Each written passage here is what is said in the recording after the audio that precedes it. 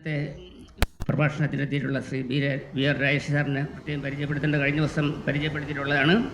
ഈശോവാസ്യോന്വേഷത്തിൻ്റെ തുടർന്നുള്ള ബാക്കി ഭാഗങ്ങളിൽ നിന്ന് ക്ലാസ് എടുക്കാനായിട്ടാണ് ഉദ്ദേശിക്കുന്നതെന്ന് പറഞ്ഞിട്ടുണ്ട്.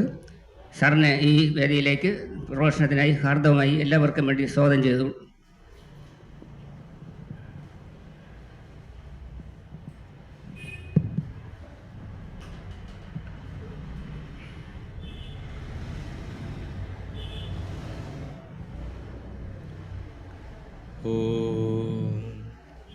ഗുരുർബ്രഹ്മ ഗുരുർവിഷ്ണുർ ഗുരുദേവോ മഹേശ്വരഃ ഗുരു സാക്ഷാത് പരം ബ്രഹ്മ തസ്മൈ ശ്രീ ഗുരവേ നമഃ.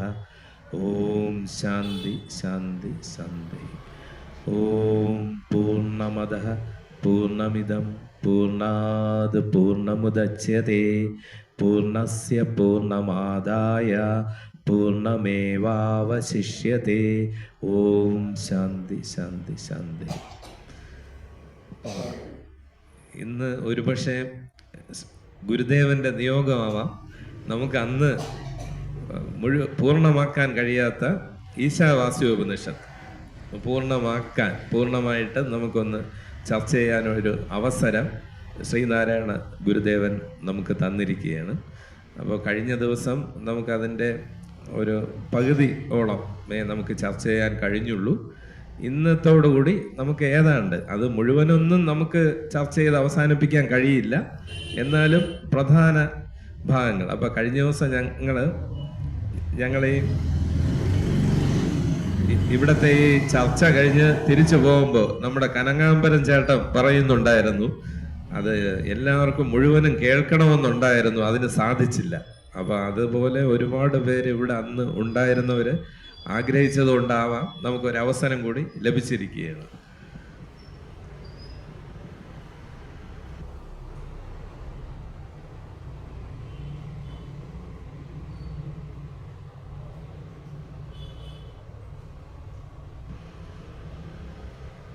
അപ്പോൾ ഈശാവാസ്യ ഉപനിഷത്തിൻ്റെ ആ കഴിഞ്ഞ ദിവസത്തെ കാര്യങ്ങളൊന്ന് ഞാൻ ഒന്ന് ഓർമ്മിപ്പിക്കുകയാണ്. ഈശാവാസ്യോപനിഷത്ത് യജുർവേദോപനിഷത്താണ്. മറ്റ് ഉപനിഷത്തുകളെ അപേക്ഷിച്ച് ആരണ്യകങ്ങളിലാണ് ഇത് ഉൾപ്പെട്ടിരിക്കുന്നത്. ഇത് ശ്രീനാരായണ ഗുരുദേവനും അരവിന്ദ ഘോഷും. ശ്രീനാരായണ ഗുരുദേവൻ മലയാളത്തിലും ശ്രീ അരവിന്ദ ഘോഷ് ഇംഗ്ലീഷിലും ഇത് വിവർത്തനം ചെയ്തിട്ടുണ്ട്. ഗാന്ധിജിയെ ഏറ്റവും പ്രചോദിപ്പിച്ച ഒരു ഉപനിഷത്ത് കൂടിയാണ് ഈശാവാസ്യോപനിഷത്ത്. അപ്പോൾ അതിലെ ആദ്യത്തെ ശ്ലോകമൊക്കെ മന്ത്രം നമ്മൾ വളരെ വിശദമായി ചർച്ച ചെയ്തു. ഈശാവാസ്യമിതം സർവം യത് കിഞ്ച ജഗത്യാം ജഗത് തേന ത്യക്തേന ഭുഞ്ചിത മാകൃത കസ്യ ശുദ്ധന. ഈശൻ ജഗത്തിലെല്ലാം ആവസിക്കുന്നത് കൊണ്ടു നീ ചരിക്ക മുക്തനായി ആശിക്കരുത് ആരുടെയും ധനം. തുടർന്ന് നമ്മൾ കുറച്ച് മന്ത്രങ്ങൾ അതിൻ്റെ വിവർത്തനമാണ് നമ്മൾ നോക്കിപ്പോയത്. ഇന്ന് നമുക്കപ്പോൾ സംസ്കൃതവും ഗുരുദേവന്റെ വിവർത്തനവും കൂടി ഒരുമിച്ച് നോക്കിപ്പോകാനുള്ള സമയം ഇല്ല. അപ്പോൾ ഗുരുദേവന്റെ വിവർത്തനത്തിലേക്ക് തന്നെ നമുക്ക് പോകാം. അന്ന് എനിക്ക് തോന്നുന്നു സർവഭൂതവും ആത്മാവിൽ, ആത്മാവിനെയും അങ്ങനെ സർവഭൂതത്തിലും കാണുന്നവൻ എന്തുള്ളു നിന്ദ്യമായി, അത് നമ്മൾ ചർച്ച ചെയ്തു. അപ്പോൾ അത് കഴിഞ്ഞിട്ട് നമ്മൾ വിദ്യയുടെയും അവിദ്യയിലേക്കുമാണ് പോയത്. അപ്പോൾ അതിനിടയ്ക്ക് കുറച്ച് മന്ത്രങ്ങളുണ്ട്, അതുകൂടി നമുക്ക് നോക്കിയിട്ട് നമുക്ക് മുന്നോട്ട് പോവാം. അടുത്തത് തന്നിൽ നിന്ന് അന്യമല്ലാതെ, ഇത് നമ്മൾ ചുരുക്കി ഒന്ന് പറഞ്ഞായിരുന്നു അന്ന്. തന്നിൽ നിന്ന് അന്യമല്ലാതെ എന്നു കാണുന്നു സർവവും അന്നേത് മോഹം അന്നേത് ശോകം ഏകത്വ ദൃക്കിന്. അപ്പൊ ഈ ശ്ലോകത്തിൽ വിവർത്തനമാകുമ്പോൾ നമ്മൾ മന്ത്രമൊന്ന് പറയണമെന്നില്ല, ശ്ലോകമൊന്ന് പറയാം.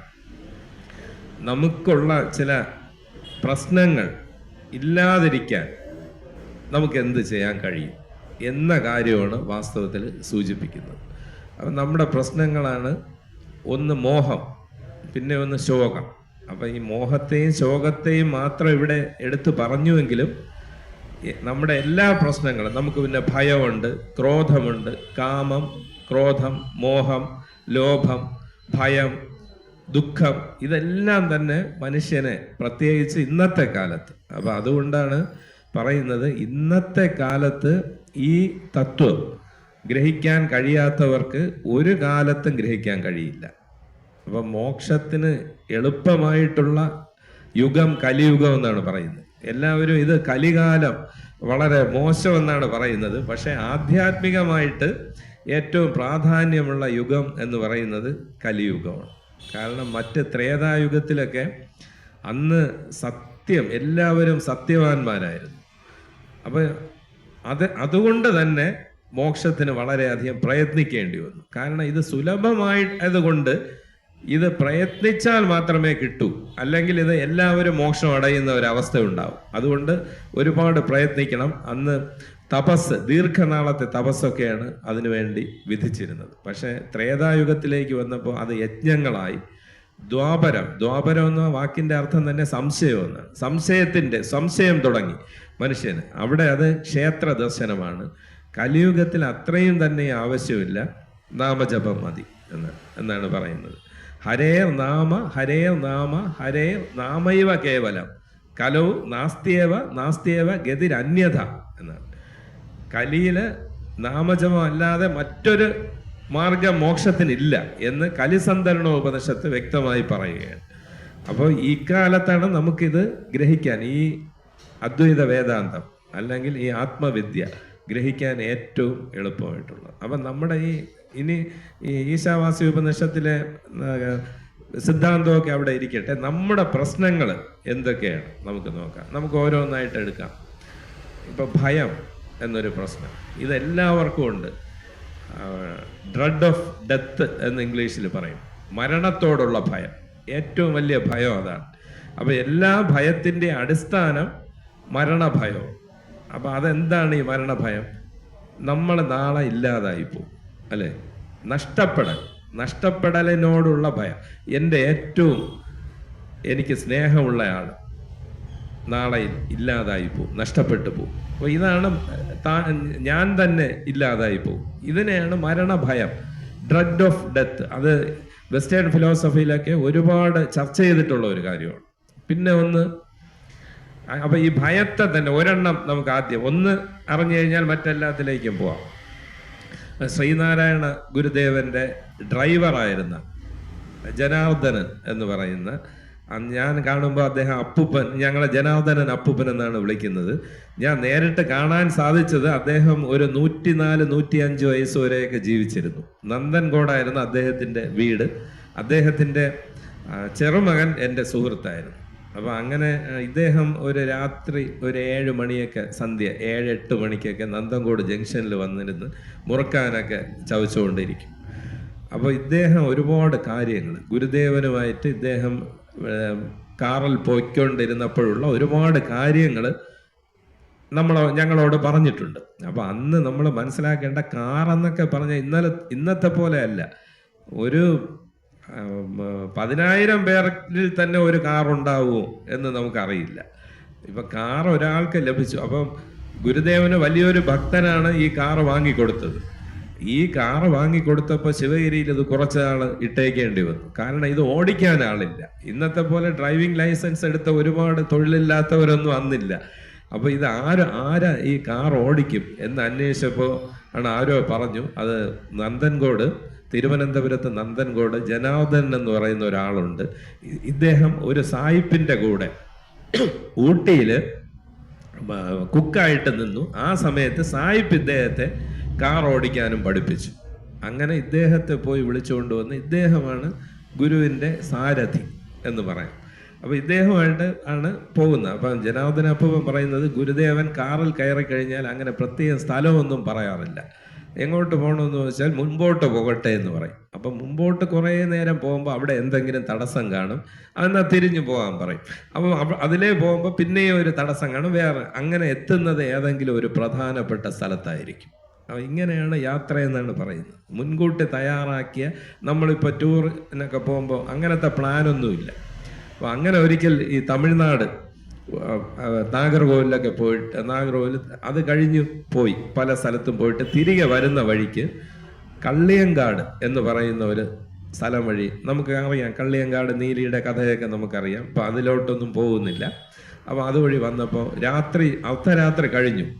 അവിടെയൊന്നും അന്ന് തെരുവിളക്കോ ഒന്നുമില്ല. ഈ കള്ളിയങ്കാട് നീലി മേലാങ്കോട് ക്ഷേത്രം സമീപം എത്തിയപ്പോൾ ഈ കാറങ്ങ് നിന്നുപോയി. എത്രയൊക്കെ വിചാരിച്ചിട്ടും കാറ് സ്റ്റാർട്ടായില്ല. അപ്പോൾ അന്ന് കാറിൽ പോകുമ്പോൾ ഇദ്ദേഹം പറയുന്നത് ഈ ഒരുപാട് പാത്രങ്ങൾ, വലിയ ക്യാനുകളിൽ പെട്രോൾ വെച്ചിരിക്കും. പെട്രോൾ പമ്പൊന്നുമില്ല ഇവിടെ നിന്നൊരു വിട്ട് കഴിഞ്ഞാൽ ചിലപ്പോൾ 2 or 3 ജില്ല കഴിഞ്ഞായിരിക്കും ചിലപ്പോൾ ഒരു പെട്രോൾ പമ്പ്. മദ്രാസിലൊക്കെ കൂടുതലുണ്ടെന്നാണ് പറയുന്നത്. പിന്നെ കാറ് കേടായി പോയാൽ മദ്രാസിലാണ് അതിൻ്റെ കമ്പനി. അവിടെ കത്തെഴുതണം. അന്ന് ഫോണൊക്കെ തന്നെ വളരെ കത്തെഴുതി അവർക്ക് കത്ത് കിട്ടി അവരൊരു മെക്കാനിക്കിനെ അയക്കും. അപ്പം നമ്മൾ ഇന്ന് വളരെ സൗകര്യത്തിലാണ്. ഇന്ന് ഫോൺ വിളിച്ചാൽ മതി, മൊബൈൽ വിളിച്ചാൽ വണ്ടി വഴി കിടന്ന ആൾ വന്ന് ശരിയാക്കി തരും. അന്ന് അങ്ങനെയൊന്നും. അപ്പം അങ്ങനെ ഈ കാറ് കേടായിപ്പോയി. എത്ര ശ്രമിച്ചിട്ടും കാർ അനങ്ങിയില്ല. അപ്പോൾ ഗുരുദേവൻ പറഞ്ഞു, ഇത് എവിടെ എത്തി എന്ന് ചോദിച്ചപ്പോൾ ഇതാ ഈ കാണുന്നത് കള്ളിയങ്കാട് ദേവീ ക്ഷേത്രമാണ്, യക്ഷിയുടെ ക്ഷേത്രമാണ്. അവിടെ പാലമരം ഒക്കെ ഉണ്ട്. എന്നാൽ വളരെ സൗകര്യമായി നമുക്ക് അവിടെ കിടന്നുറങ്ങാം എന്ന് പറഞ്ഞ് ഗുരുദേവൻ പുറത്തിറങ്ങിയപ്പോൾ ഇദ്ദേഹം പറഞ്ഞു, സ്വാമി ഒരുപാട് പേരെ കൊന്ന് രാവിലെ പ്രഭാതമാകുമ്പോൾ അവരുടെ പല്ലും നഖവും മുടിയും ഒക്കെയാണ് ബാക്കി വരുന്നത്. സ്വാമി പൊയ്ക്കോ, ഞാൻ ഇല്ല. അപ്പം സ്വാമി പറഞ്ഞു, ശരി എന്നാൽ ജനാർദ്ദന് ഭയമാണെങ്കിൽ വരണ്ട, ഡോറൊക്കെ അടച്ച് കിടന്നോളാൻ പറഞ്ഞു. അങ്ങനെ ഈ അപ്പൂപ്പൻ കാറിനകത്ത് തന്നെ ഉറങ്ങി. ഗുരുദേവൻ ക്ഷേത്രത്തിലോട്ട് കയറിപ്പോയി. അപ്പം ഇദ്ദേഹത്തിന് ഗുരുദേവനെയും മഹിമയെല്ലാം അറിയാമെങ്കിലും ഇദ്ദേഹം വിചാരിച്ചു ഇന്ന് ഗുരുദേവന്റെ കഥ കഴിക്കും യക്ഷി. രാവിലെ ഉണർന്നപ്പോൾ ഗുരുദേവൻ കുളിച്ച് ശുദ്ധനായി മുന്നിൽ നിൽക്കുന്നതാണ് കണ്ടത്. അപ്പോൾ ഇദ്ദേഹം ചാടി എഴുന്നേറ്റ് തൊഴുതു. അപ്പോൾ ഗുരുദേവൻ ചോദിച്ചു, ഈ ജനാർദ്ദന ഈ ഭയം എവിടെ നിന്നാണ് വരുന്നത്? അപ്പോൾ ഇദ്ദേഹത്തിനൊന്നും പറയാൻ കഴിഞ്ഞില്ല. അത് 2 ഉണ്ട് എന്നുള്ള ചിന്തയിൽ നിന്നാണ് ഭയം. നാം മാത്രമേ ഉള്ളെങ്കിൽ നമുക്ക് ഭയം ഉണ്ടാവൂ. ഞാനുമുണ്ട്, മറ്റാരോ അല്ലെങ്കിൽ ഇവിടെ മറ്റെന്തോ നമ്മളെ ഉപദ്രവിക്കാനുള്ള മറ്റെന്തൊക്കെയോ ഇവിടെ ഉണ്ട് എന്ന ചിന്തയിൽ നിന്നാണ് ഭയം. ആ ചിന്ത മാറ്റിയാൽ മതി, ഭയവും അകന്നു പോകും. അതാണ് അദ്വൈതം. രണ്ടാമത് ഇവിടെ ഒന്നുമില്ല. അതാണ് ഈ ശ്ലോകത്തിൽ പറയുന്നത്, തന്നിൽ നിന്ന് അന്യമല്ലാതെ എന്നു കാണുന്നു സർവവും. ഇപ്പം അതിൻ്റെ അർത്ഥം മനസ്സിലായി കാണുമല്ലോ. ഇതിൻ്റെ ഒന്നും അർത്ഥം നമ്മൾ വാക്കിൻ്റെ അർത്ഥം പറഞ്ഞു പോയാൽ ഒരു കാലവും പിടികിട്ടാൻ പോകുന്നില്ല. പക്ഷേ ഇതേപോലെയുള്ള നടന്ന സംഭവമാണ് ഞാൻ ഈ പറഞ്ഞത്. അദ്ദേഹം കൂടെ ഉണ്ടായിരുന്ന ആൾ എന്നോട് പറഞ്ഞ സംഭവം. ഗുരുദേവൻ്റെ അങ്ങനെയൊക്കെയുള്ള ചില ഭാഗ്യം എനിക്ക് ഉണ്ടായിട്ടുണ്ട്. ഗുരുദേവനെ നേരിട്ട് കണ്ട ആളുമായിട്ട് സംസാരിക്കാം. ഇദ്ദേഹത്തിന് ആയുസ് കൂടിയത് തന്നെ ഗുരുവിൻ്റെ ഒരു അനുഗ്രഹമാണ്. അത് പിന്നെ ഒരു സന്ദർഭത്തിൽ പറയാം. അപ്പോൾ ഇവിടെ ഈ ശ്ലോകത്തിൻ്റെ അർത്ഥം തന്നിൽ നിന്ന് അന്യമല്ലാതെ എന്നു കാണുന്നു സർവവും താൻ തന്നെയാണ് എന്ന് കാണുന്ന ഒരാൾക്ക് അന്നേത് മോഹം. അപ്പം എൻ്റെ നേരെ വരുന്ന ആളും അല്ലെങ്കിൽ വസ്തുവും ഇരിക്കുന്ന വസ്തു ഞാൻ തന്നെ. പ്രത്യേകിച്ച് അതിനോട് മോഹം തോന്നേണ്ട കാര്യമുണ്ടോ? അന്നേത് ശോകം, അയ്യോ ഇത് നഷ്ടപ്പെട്ടു, ഞാൻ കാണും, അല്ലെങ്കിൽ ഞാൻ നഷ്ടപ്പെടും, അത് കാണും, അങ്ങനെ ചിന്തിക്കേണ്ട കാര്യമുണ്ടോ? ഇല്ല. ഇവിടെ അങ്ങനെ പലതില്ല. അപ്പോൾ ശോകവും ഇല്ല, ദുഃഖം, ആശങ്കകൾ. അപ്പോൾ ഇതെല്ലാം നമുക്ക് വരുന്നത് ഈ ദ്വൈതം എന്ന് വെച്ചാൽ 2, പലത്. ഗുരുദേവൻ അതിനെ ആത്മോപദേശത്തിൽ പറയുന്നത് സമയെന്നും അന്യെന്നുമാണ്. സമയം എന്ന് വെച്ചാൽ എല്ലാം ഒന്നായിട്ട് സമമായി എല്ലാറ്റിലും നിറഞ്ഞു നിൽക്കുന്ന ആ അഖണ്ഡ ബോധത്തെ കാണുക. അന്യെന്ന് പറഞ്ഞാൽ വേറെ ആയിട്ട് 2 രീതിയിലേ നമുക്ക് ഈ ലോകത്തെ കാണാൻ കഴിയും. ഒന്നുകിൽ എല്ലാം ഒരേ സത്യം, അല്ലെങ്കിൽ എല്ലാം പലത്, അല്ലേ? അപ്പം നമ്മുടെ ഈ പ്രശ്നങ്ങൾക്കെല്ലാം കാരണം അതിൻ്റെ അടിസ്ഥാനം നമ്മൾ അന്വേഷിച്ചു പോയാൽ ഈ ദ്വൈതം 2ആണ്. ഏത് പ്രശ്നം വേണമെങ്കിലും എടുക്കുക, നമുക്കുള്ള പ്രശ്നങ്ങൾ ഏതും എടുത്ത് പരിശോധിക്കുക. ശത്രു, മിത്രം. ശത്രു എന്ന് പറയുമ്പോൾ ഞാനും എൻ്റെ ശത്രു, മിത്രം ഞാനും എൻ്റെ സുഹൃത്തും. ഇവിടെ പലതില്ലെങ്കിൽ അങ്ങനെ പ്രത്യേകിച്ച് ഒരു സ്നേഹത്തിൻ്റെയോ പ്രത്യേകിച്ച് ഒരു വെറുപ്പിൻ്റെയോ കാര്യം അവിടെ ഉണ്ടാവുന്നില്ല. അവിടെ ഇതെല്ലാം അവസാനിക്കുകയാണ്, അല്ലേ? അപ്പം ഇതാണ് അതിനുള്ള ഒരു ഔഷധം. ഈ നമ്മുടെ എല്ലാ പ്രശ്നങ്ങളും, ഈ ശോകവും മോഹവും ഭയവും ക്രോധവും കാമം, എനിക്കത് കൂടിയേ തീരൂ, അതാണ് കാമം.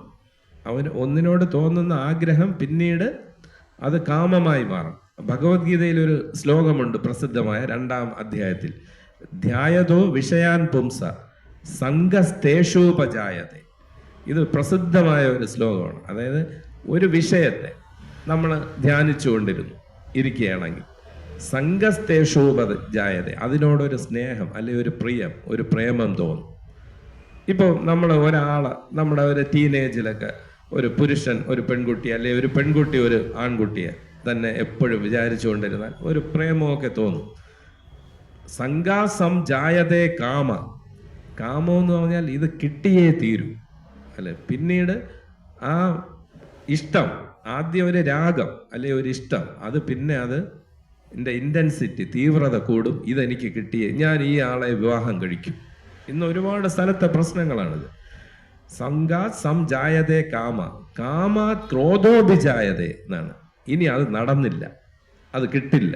ഈ ഒരു കാറ് കിട്ടണമെന്ന് വളരെ ആഗ്രഹിച്ച് അത് കിട്ടില്ല, അല്ലെങ്കിൽ ഒരാളെ വിവാഹം കഴിക്കണം, അത് ക്രോധം ആയി, ഒരു ദേഷ്യം തോന്നും. ക്രോധ ഭവതി സമ്മോഹ. സമ്മോഹം എന്ന് വെച്ചാൽ ശരി ഏത് തെറ്റേതെന്ന് അറിയില്ല. ഇന്നിപ്പോൾ ഒരുപാട് നമ്മൾ പത്രത്തിലും ചാനലിൽ കാണുന്നത്, സ്നേഹിച്ചു കിട്ടിയില്ല എന്നാ ഇനി വേണ്ട, കൊന്നുകളയാം അല്ലേ. അങ്ങനെ ഒരുപാട് സംഭവം ഉണ്ടായില്ലേ അല്ലെ. ഒരു പെൺകുട്ടിയെ പെട്രോൾ ഒഴിച്ച് കൊന്നു, മറ്റൊരു പെൺകുട്ടിയെ വെട്ടിക്കൊന്നു, ഒരു പെൺകുട്ടി വേറൊരാളെ കഷായത്തിൽ വിഷം ചേർത്ത് കൊന്നു അല്ലേ. ഇത് പറയുന്നത് ജീവിതത്തിന്റെ ശാസ്ത്രമാണ്. ഈ ഉപനിഷത്തെന്നും ഭഗവത്ഗീത എന്നൊക്കെ പറയുന്നത് നമ്മുടെ ജീവിതം അതാണ് പറയുന്നത്. ഇന്നത്തെ കാലത്ത് ഇത് പിടികിട്ടിയില്ലെങ്കിൽ ഒരു കാലവും പിടികിട്ടാൻ പോകുന്നില്ല. അപ്പോൾ ഇതെങ്ങനെ വന്ന് കാമം നടന്നില്ല എന്ന് വെച്ചാൽ എനിക്ക് കിട്ടുന്നില്ല, എനിക്ക് കിട്ടിയില്ലെങ്കിൽ ആർക്കും കിട്ടണ്ട, കൊന്നുകളയാം. ക്രോധാത് ഭവതി സമ്മോഹ, ശരി ഏത് തെറ്റേതെന്ന് അറിയില്ല. അവിടെ നിന്നാണ് ഈ കൊന്നുകളയാം എന്നുള്ള ചിന്ത. സമ്മോഹാത് സ്മൃതി വിഭ്രംശ, താൻ ആരെന്ന് പോലും മറന്നു എന്ന് വെച്ചാൽ, താൻ ആരെന്ന് മറന്നു എന്ന് വെച്ചാൽ താൻ അഖണ്ഡ ബോധം ബ്രഹ്മമെന്ന് മറക്കുമെന്നല്ല, ഭൗതികമായി താൻ ആരാ. അങ്ങനെയാണ് അച്ഛൻ മകനെ കൊല്ലുന്നു, മകൻ, കുഞ്ചൻ നമ്പ്യാർ പറഞ്ഞതുപോലെ തനയൻ ജനകനെ വെട്ടിക്കൊല്ലും, ജനകൻ തനയനെ വധവും ചെയ്യും. ഇന്ന് നമ്മൾ കേൾക്കുന്നില്ലേ പത്രത്തിലും ചാനലിലൊക്കെ, അച്ഛൻ മകനെ കൊന്നു അല്ലെ മകൻ അമ്മയെ കൊന്നു. ഇത് എങ്ങനെയാണ്? താൻ ആരെന്ന നില പോലും മറന്നുപോകും. അത് വരുന്ന വഴിയാണ് പറഞ്ഞത്, അതിനൊരു ക്രമമുണ്ട്. സ്മൃതി വിഭ്രമാത് ബുദ്ധിനാശോ, താൻ ആരെന്ന് പറഞ്ഞാൽ അത് മറന്നുപോയാൽ അതോടുകൂടി ബുദ്ധി നശിച്ചു എന്നാണ് പറയുന്നത്. അപ്പം മനുഷ്യന്റെ ശക്തി എന്ന് പറയുന്നത് ബുദ്ധിയാണ്.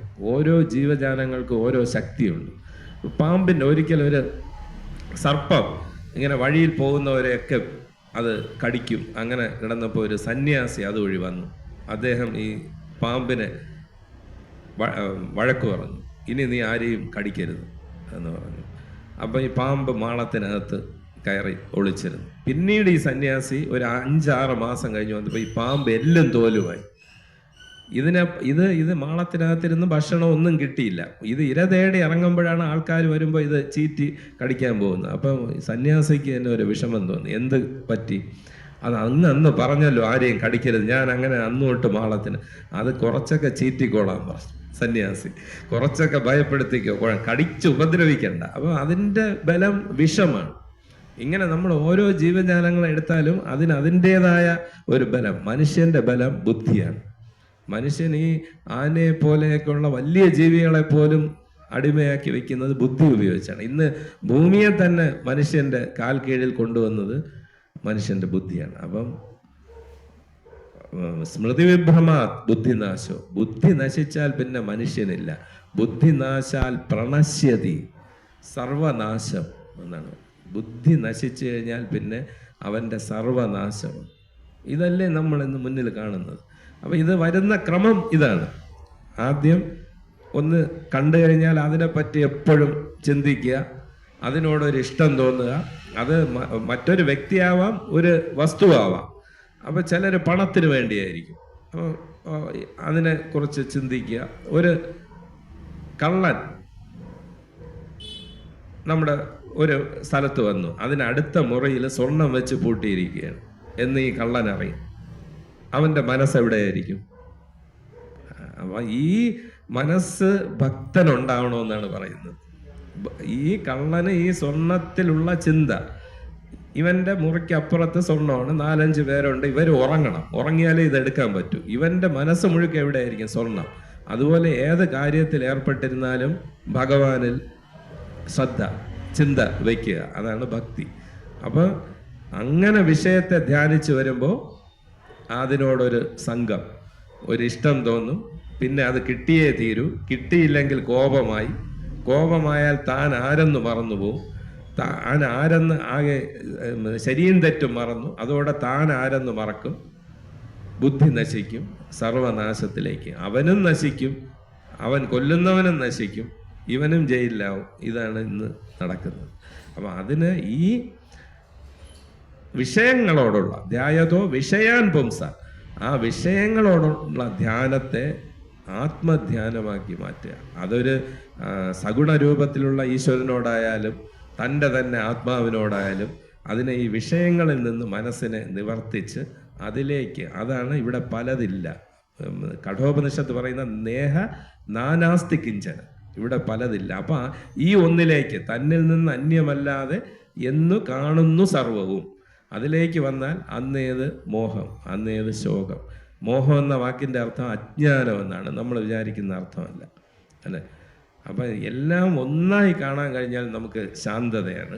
പലതായി കാണുമ്പോഴാണ് ഈ പ്രശ്നങ്ങളെല്ലാം. സ്നേഹം, രാഗദ്വേഷങ്ങൾ എന്നാണ്. രാഗവും ദ്വേഷവും, ചിലതിനോട് ഇഷ്ടം, ചിലതിനോട് ഇഷ്ടമില്ല. ചിലതൊക്കെ നമുക്ക് വേണം, അത് നമ്മളെ കൂടെ ഇരിക്കട്ടെ. ചിലതൊന്നും പാടില്ല, അയ്യോ ഇതൊന്നും വേണ്ട. അപ്പം ഇത് രണ്ടും പാടില്ല എന്നാണ് പറയുന്നത്. രാഗദ്വേഷങ്ങളെ രണ്ടിനെയും അകറ്റണം എന്നാണ്. അപ്പോൾ അതാണ് ഈ ശ്ലോകത്തിൻ്റെ അർത്ഥം. അപ്പോൾ ഇതിൽ ഈ ശ്ലോകത്തിൻ്റെ അർത്ഥം ഗ്രഹിച്ചാൽ തന്നെ നമുക്ക് നമ്മുടെ എല്ലാ പ്രശ്നങ്ങളും, ഇന്ന് ഒരുപാട് പേര് ഈ സൈക്കോളജിക്കൽ ആയിട്ട് കൗൺസലിംഗ് ഒക്കെ നടക്കും. ആ കൗൺസലിങ്ങിനേക്കാളും എത്രയോ ആഴത്തിലുള്ള കാര്യങ്ങളാണ് ഇവിടെ പറഞ്ഞിരിക്കുന്നത്. ഇതൊന്ന് പരിശീലിച്ച് നോക്കിയാൽ നമ്മുടെ പ്രശ്നങ്ങൾ അകലുന്നുണ്ടോ? അപ്പോൾ ഇതിന് ഞാൻ ഒരു ചെറിയൊരു ഉദാഹരണം കൂടി, അത് കൂടുതൽ മനസ്സിലാകാനായിട്ട്. ഒരു കൊട്ടാരത്തിലെ ഒരു രാജകുമാരൻ കണ്ണാടി കൊണ്ടൊരു മുറി ഉണ്ടാക്കി. പല നിറത്തിലുള്ള കണ്ണാടിയാണ്. അതൊരു 10-100 കണ്ണാടി കഷ്ണങ്ങൾ, ഓരോന്നും ഓരോ രീതിയിലാണ്. നമ്മൾ അതിനകത്ത് പോയാൽ ഓരോ രീതിയിലാണ് നമ്മളെ കാണുന്നത്. പല നിറത്തിൽ, പല വലുപ്പത്തിൽ, ചിലതിൽ ചെറുതായിട്ട് കാണും, ചിലതിൽ അങ്ങനെ പല രൂപത്തിൽ. അപ്പോൾ ഈ രാജകുമാരൻ എന്നിട്ട് ആ മുറിയിൽ വന്നപ്പോൾ ഇതെല്ലാം തന്നെ പലതായിട്ട് കണ്ട്, എന്നെ ഇത്രയും രൂപത്തിൽ കാണാൻ കഴിഞ്ഞല്ലോ എന്ന് പറഞ്ഞ് സന്തോഷവാനായി ശാന്തനായി അവിടെ ഇരുന്നു. അവിടെ ഒരു പട്ടി വന്നു ഈ മുറിക്കകത്ത്. ഇത് നോക്കിയപ്പോൾ ഒരുപാട് പട്ടികൾ നിൽക്കുക. അപ്പം രാജകുമാരൻ ഇതെല്ലാം താൻ തന്നെയാണ്, തൻ്റെ പ്രതിബിംബമാണ്. പട്ടിയെ സംബന്ധിച്ച് ഇത് ഓരോ പട്ടികളാണ്, പല വലുപ്പത്തിലും പല നിറത്തിലുമുള്ള പട്ടികൾ. ഇതെല്ലാം വേറെ വേറെ. അതാണ് ഗുരുദേവൻ പറഞ്ഞത് അന്യ എന്ന് പറഞ്ഞു വിശേഷിപ്പിച്ചത്. പട്ടി ഇതിനോടെല്ലാം കടിപിടി കൂടാൻ തുടങ്ങി. ഈ കണ്ണാടിയിൽ പോയി കടിച്ച് മുഖമൊക്കെ മുറിഞ്ഞ് മരിച്ചു വീണു. വാസ്തവത്തിൽ ഇതല്ലേ ഇവിടെ നടക്കുന്നത്. നമ്മൾ പലതായി കാണുന്നതിൻ്റെയും ഒന്നായി കാണുന്നതിൻ്റെയും വ്യത്യാസമാണ് ഇവിടെ ഈ ഇലസ്ട്രേഷനിൽ പറയുന്നത്, ഈ ഉദാഹരണത്തിൽ പറഞ്ഞത്. അങ്ങനെ വേണ്ട എന്നാണ് പറയുന്നത്. നമ്മൾ ഈ ഒന്നിൽ, അതാണ് ഗുരു പറഞ്ഞത്, അറിവിന് ശക്തി അനന്തമുണ്ട്, ഇതെല്ലാം അറുതിയിടാം. അപ്പം അനന്തശക്തികളുണ്ട്. ഈ ബ്രഹ്മത്തിന് അനന്തശക്തിയുണ്ട്. അതിനെ നമുക്ക് രണ്ടായിട്ട് തിരിക്കാം. നമ്മൾ പഠിക്കുമ്പോൾ ക്ലാസിഫൈഡ് ഇൻറ്റു 2 എന്നൊക്കെ പറയുന്ന പോലെ രണ്ടായി തിരിക്കാം. സമ, അന്യ എന്നിവണ്ണം. സമയെന്നും അന്യ. അത് എന്താണ് സമ? പലവിധമായി അറിയുന്നത് അന്യ. ഒന്നായി വിലസുവതാം സമ.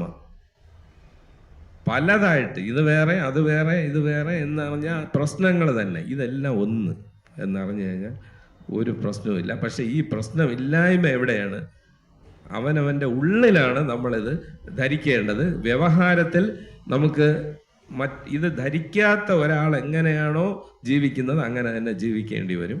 അതിന് ഇത് ഒന്നായിട്ട് കാണുന്നതും രണ്ടായിട്ട്. അപ്പോൾ എല്ലാം ബ്രഹ്മമായിട്ട് കാണുന്ന ഒരു സന്യാസി ഉണ്ടായിരുന്നു. അദ്ദേഹം എല്ലാം ബ്രഹ്മമായേ കാണും. ഒരിക്കൽ ഒരു ആന വിരണ്ടു വന്നു. അപ്പോൾ ഈ പാപ്പാന് പുറകെ ഉണ്ട്. അയാൾ വിളിച്ചു പറഞ്ഞു, സ്വാമി ഓടിക്കോ, ആന മതവിളയി വിരണ്ട് വരികയാണ് എന്ന് പറഞ്ഞു. അപ്പോൾ ഈ സന്യാസി പറഞ്ഞു, ആന ബ്രഹ്മം തന്നെയാണ് എന്ന്. ആന അടുത്ത് വന്ന് സന്യാസിയുടെ കാലിൽ തൂക്കി തറയിൽ എറിഞ്ഞു. കാലൊക്കെ ഒടിഞ്ഞു സന്യാസിയുടെ. അപ്പം ഈ ആനയ്ക്ക് കുറച്ചൊന്ന് കലി അടങ്ങി. പാപ്പാൻ ഈ ആനയെ ബന്ധിച്ചിട്ട് വന്ന്, സ്വാമി ഞാൻ പറഞ്ഞില്ലേ ആന വിരണ്ട് വരികയാണ്, ഓടിക്കോളാൻ. അതിനെന്താ, ആനയും ഞാൻ വീണതും കാലൊടിഞ്ഞതും ബ്രഹ്മം തന്നെയാണ്. അപ്പൊ ഈ പാപ്പാൻ ചോദിച്ചു, അപ്പൊ ഈ വിളിച്ചു പറഞ്ഞ ഞാൻ ബ്രഹ്മമല്ലേ, ഞാൻ പറഞ്ഞത് കേൾക്കാത്തത് എന്തും? അപ്പൊ നമ്മളെല്ലാം ബ്രഹ്മമായിട്ട് കാണുമ്പോൾ എല്ലാം അങ്ങനെ തന്നെ കാണണം, പാപ്പാനെയും കാണണം. ഇതിന്റെ ഗുണപാഠം ഈ കഥയുടേത്, ഈ നമ്മളെ ഉള്ളിൽ ഇതൊന്നെന്ന് ഉറപ്പിക്കുക. നമ്മുടെ ജീവിതത്തിൽ നമുക്ക് നല്ലത് തരുന്ന സത്യസ്വരൂപം ബ്രഹ്മം ഇതുപോലെ പല രൂപത്തിൽ നിൽക്കുന്നെങ്കിലും നമുക്ക് ഗുണകരമായിട്ടുള്ള രൂപവുമുണ്ട്, ദോഷം പകരുന്ന രൂപമുണ്ട്. അതിനെ അകറ്റുകയും എങ്ങനെ പുറമേ, പക്ഷേ ഉള്ളിൽ നമ്മൾ ഇതൊന്ന് തന്നെ എന്ന് ഉറപ്പിച്ചാൽ ഈ ശോകം, മോഹം, രാഗം, ദ്വേഷം അത് ഉള്ളിലാണ് ഉണ്ടാവുന്നത്. അതിൽ നിന്ന് നമുക്ക് രക്ഷ നേടാം. പക്ഷെ പുറമേ നമ്മൾ സാധാരണ പോലെ തന്നെ നമ്മളിപ്പോൾ ഒരാൾ കഴിഞ്ഞ ദിവസം പറഞ്ഞു, രാമൻപിള്ള രാവണ വേഷം കെട്ടി സ്റ്റേജിൽ പോയാൽ രാവണൻ്റെ സംഭാഷണവും ചെയ്തികളും അവിടെ അഭിനയിക്കേണ്ടി വരും. പക്ഷെ രാമൻപിള്ളയ്ക്ക് അറിയാം, ഞാൻ രാവണനല്ല, രാമൻ പിള്ളയാണ്. ശരിയല്ലേ? അല്ലെ? അപ്പോഴയാൾക്ക് രാമൻ കൊല്ലുന്നു, രാമൻപിള്ളയ്ക്ക് എന്തെങ്കിലും ദുഃഖമുണ്ടോ? ഇല്ല. അപ്പം അതുപോലെ നമ്മൾ ആരെന്ന് യഥാർത്ഥത്തിൽ ആരാണെന്ന് അറിഞ്ഞാൽ ശരീരത്തിന് തന്നെ എന്ത് സംഭവിച്ചാലും ഉള്ളിൽ ദുഃഖം ഇല്ല. അതാണ് ഇവിടെ ഉദ്ദേശിക്കുന്നത്. അപ്പോൾ ഇതൊന്നും തെറ്റിദ്ധരിച്ച് കളയരുത്. എഴുത്തച്ഛൻ്റെ ഹരിനാമ കീർത്തനത്തിൽ പറയുന്നുണ്ട്, യാതൊന്നു കാൺമതതു നാരായണ പ്രതിമ, യാതൊന്നു കേൾപ്പതതു നാരായണ ശ്രുതികൾ, യാതൊന്നു ചെയ്വതതു നാരായണാർച്ചനകൾ, യാതൊന്ന് അതൊക്കെ ഹരി നാരായണായനം. അപ്പോൾ ഈ ശ്ലോകം ഒരിക്കൽ എൻ്റെ ഗുരുനാഥൻ ബാലകൃഷ്ണൻ നായർ സാറ് പഠിപ്പിച്ചുകൊണ്ടിരുന്നപ്പോൾ ഞാൻ ഒരിക്കൽ ചോദിച്ചു, സാർ അപ്പോൾ ഒരു പട്ടി നമ്മളെ കടിക്കാൻ വന്നാൽ എന്ത് ചെയ്യണം? അത് പട്ടിയും നാരായണൻ, ഒരു കല്ലെടുത്ത് എറിയുക, ഇത് നാരായണൻ്റെ പൂജ. യാതൊന്നു ചെയ്വതത് നാരായണ അർച്ചനകൾ. അപ്പം വേറൊരാൾ ചെയ്യുന്നത് തന്നെ, പക്ഷെ അവിടെ ഭാവന നാരായണ പൂജ. ഈ പട്ടിയുടെ രൂപത്തിൽ നിൽക്കുന്ന നാരായണനുള്ള പൂജ ഇതാണ്. നമ്മൾ ഇത് പ്രായോഗിക അദ്വൈത വേദാന്തമാണ് ഇപ്പൊ പറയുന്നത്. ഇത് നമ്മൾ വ്യക്തമായി മനസ്സിലാക്കണം. എങ്കിൽ മാത്രമേ നമുക്കിത് ജീവിതത്തിൽ പ്രായോഗികമാക്കി ഈ നമ്മുടെ ഉള്ളിലുള്ള ഈ സകല പ്രശ്നങ്ങളിൽ നിന്നും നമുക്ക് വിമുക്തമാകാൻ, അതിനെയാണ് മുക്തി, മോക്ഷം എന്ന് പറയുന്നത്. ജീവിച്ചിരിക്കവേ തന്നെയാണ് ഇത് സംഭവിക്കുന്നത്, മരിച്ചിട്ട് ഏതെങ്കിലും ലോകത്ത് ചെന്നിട്ടില്ല. അതിനെ ജീവൻ മുക്തി എന്നാണ് അതിനെ പറയുന്നത്. അപ്പോൾ ആ ശ്ലോകത്തിൻ്റെ അർത്ഥം മനസ്സിലായി കാണും. ഇനി അടുത്തത്, പങ്കമറ്റംഗമില്ലാതെ പരിപാവനമായി സദാ മനസ്സിൻ മനമായി തന്നിൽ തനിയെ പ്രോല്ലസിച്ചിടും. പങ്കം എന്ന് പറയുന്ന മാലിന്യങ്ങളൊന്നും ആ സത്യത്തിലില്ല. അംഗമില്ലാതെ എന്ന് വെച്ചാൽ അവയവങ്ങളുമില്ല. അതിന് ഒറ്റ ശരീരമേ ഉള്ളൂ, ബോധം എന്ന് പറയും. അതാണ്. അപ്പം മാലിന്യങ്ങളുമില്ല, ഒരുപാട് അവയവങ്ങളുമില്ല. പരിപാവനമായി സദാ, വളരെ ശുദ്ധമാണ്, ഏറ്റവും ശുദ്ധമായതാണ് അത് എന്നുള്ളതാണ്. അപ്പം തന്നെ അശുദ്ധി ഒന്നും തന്നെ അവിടെ ഇല്ല എന്നാണ്. മനസ്സിൻ മനമായി തന്നിൽ തനിയെ പ്രോല്ലസിച്ചിടും. മനസ്സിൻ മനമായെന്ന് പറഞ്ഞാൽ ഹരിനാമ കീർത്തനത്തിലുണ്ട്, അർക്കാനലാദി വെളിവൊക്കെ ഗ്രഹിക്കുമൊരു കണ്ണിന് കണ്ണ് മനമാകുന്ന കണ്ണ് അതിനു കണ്ണായിടുന്ന പൊരുൾ എന്ന് പറയും. അപ്പം നമുക്ക് വെളിച്ചം എന്താണ്? ഇതെല്ലാം കാണാനുള്ള വെളിച്ചം എവിടെ നിന്നാണ് വരുന്നത്? പകല് സൂര്യൻ അല്ലേ, രാത്രിയിൽ മുമ്പ് പറയും ചന്ദ്രൻ, നക്ഷത്രങ്ങൾ, പിന്നെ ദീപം, വെളിച്ചം. ഇപ്പൊ ഈ ലൈറ്റ് ഇട്ടിരിക്കുന്നു അത്. പക്ഷെ ഒരു അന്ധനാണെങ്കിലോ, ഈ സൂര്യൻ അവിടെ ഉണ്ട്, അല്ലെങ്കിൽ രാത്രി വെളിച്ചമുണ്ട്, അന്ധന് കാണാൻ കഴിയുമോ? ഒരിക്കലുമില്ല. അപ്പൊ കണ്ണ് വേണം. അപ്പം ഈ പറഞ്ഞ വെളിച്ചത്തിന്റെ എല്ലാം വെളിച്ചം ഏതാണ്? കണ്ണാണ് അല്ലെ? ഈ വെളിച്ചം ഉണ്ടെന്ന് അറിയണമെങ്കിൽ നമുക്ക് കണ്ണ് വേണം, അന്ധത ഇല്ലാത്ത കണ്ണ് വേണം. അർക്കാനലാദി വെളിവൊക്കെ ഗ്രഹിക്കും ഒരു കണ്ണിന് അതിനെയൊക്കെ ഗ്രഹിക്കുന്ന കണ്ണ്. നമ്മൾ കണ്ണ് തുറന്നിരിക്കുകയാണ്, നമ്മുടെ വീട്ടിൽ മുൻവശത്തിരിക്കുന്നു, ചിന്ത എവിടെയോ. അപ്പോൾ ഒരാൾ വന്ന് നമ്മളെ അടുത്ത് നിന്നു, നമ്മുടെ ബന്ധുവാണ്. അപ്പം നമ്മൾ എവിടെയോ ചിന്തിച്ചിരിക്കുന്നു, അയാളെ നോക്കിയപ്പോൾ നമ്മൾ അനങ്ങുന്നില്ല, അയാൾ അകത്ത് പോയി. കുറേ കഴിഞ്ഞ് പുറത്ത് വന്നപ്പോൾ നമ്മൾ ചോദിക്കുകയാണ്, നിങ്ങളിത് എപ്പോഴാണ് അകത്ത് കയറിപ്പോയത്? നിങ്ങളിവിടെ ഇരുന്നപ്പോൾ നിങ്ങളുടെ മുന്നിലൂടെയല്ലേ ഞാൻ പോയത്, നിങ്ങൾ കണ്ണു തുറന്നിരിക്കുകയല്ലേ, എന്നെ കണ്ടില്ലേ? ഇദ്ദേഹം കണ്ടില്ല.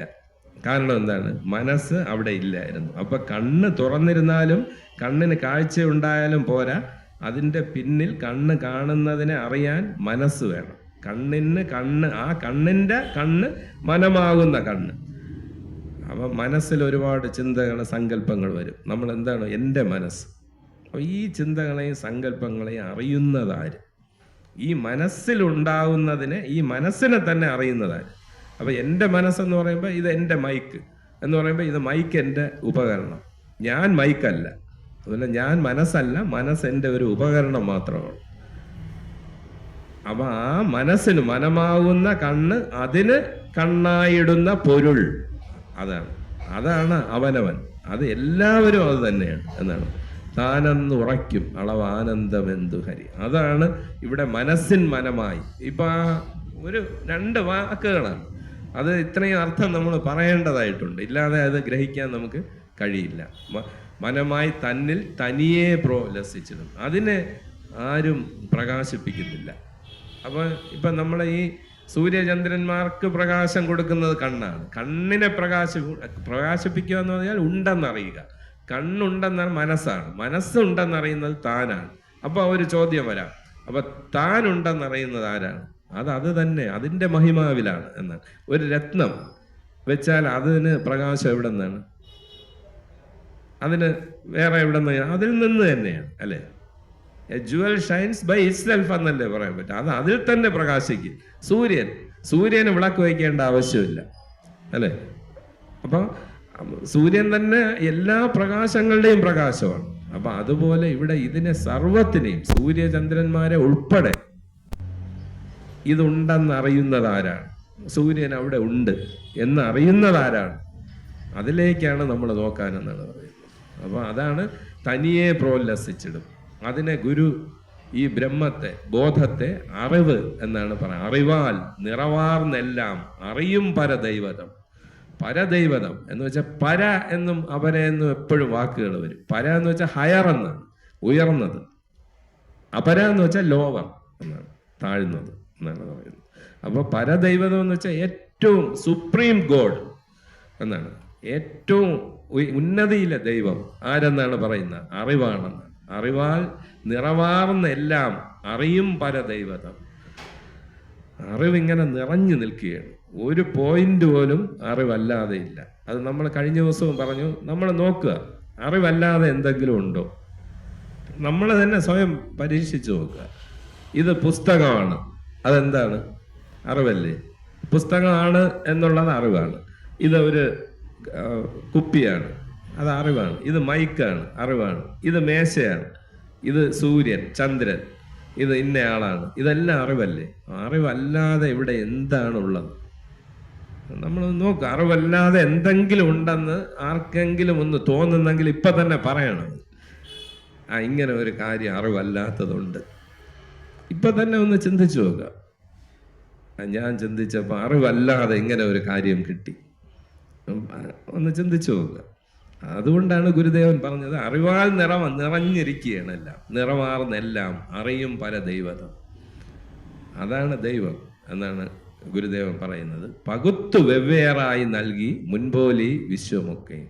ആ അറിവ് തന്നെ പകുത്ത് ഓരോ രൂപങ്ങളായിട്ട്, എന്ന് വെച്ചാൽ പകുത്തെന്ന് വെച്ചാൽ കീറി മുറിച്ചെന്നല്ല, ആ ബോധമാകുന്ന അറിവ് തന്നെ പലതായി കണ്ടു എന്നാണ്. അപ്പോഴും താൻ പലതല്ല, പലതായി കാണുകയാണ് ചെയ്തത്, താൻ പലതല്ല. ഇനിയാണ് നമ്മൾ കഴിഞ്ഞ ദിവസം ചർച്ച ചെയ്ത ശ്ലോകം വരുന്നത്. അത് നമുക്ക് ഒന്നുകൂടെ എടുത്ത് മുമ്പോട്ട് പോകാം. അന്ന് വിശദമായി നമ്മൾ പറഞ്ഞു. എന്നാലും അവിദ്യയെ ഉപാസിക്കുന്നവർ അന്ധതമസ്സിലും പോകുന്നു വിദ്യാരഥർ അതേക്കാൾ കൂരിരുട്ടിലും. അപ്പൊ അവിടെയാണ് ഇത് പണ്ഡിതന്മാരെ കുഴക്കിയ ഒരു മന്ത്രമാണ്. ഉപനിഷത്തില് പണ്ഡിതന്മാരെ പോലും കുഴക്കിയ മന്ത്രമാണ്. ഇതിൻ്റെ സംസ്കൃതം അന്ധം തമ പ്രവിശന്തി യേ വിദ്യാമുപാസത്തെ തതോ ഭൂയ ഇവ തേ തമോ യ ഉ വിദ്യായാം രഥ. രഥ എന്നുള്ള വാക്കിന് ഗുരുദേവൻ ഇവിടെ അവിദ്യയെ ഉപാസിക്കുന്നവർ അന്ധതമസിലും പോകുന്നു വിദ്യാരഥർ അങ്ങ് അതേക്കാൾ കൂരിരുട്ടിലും.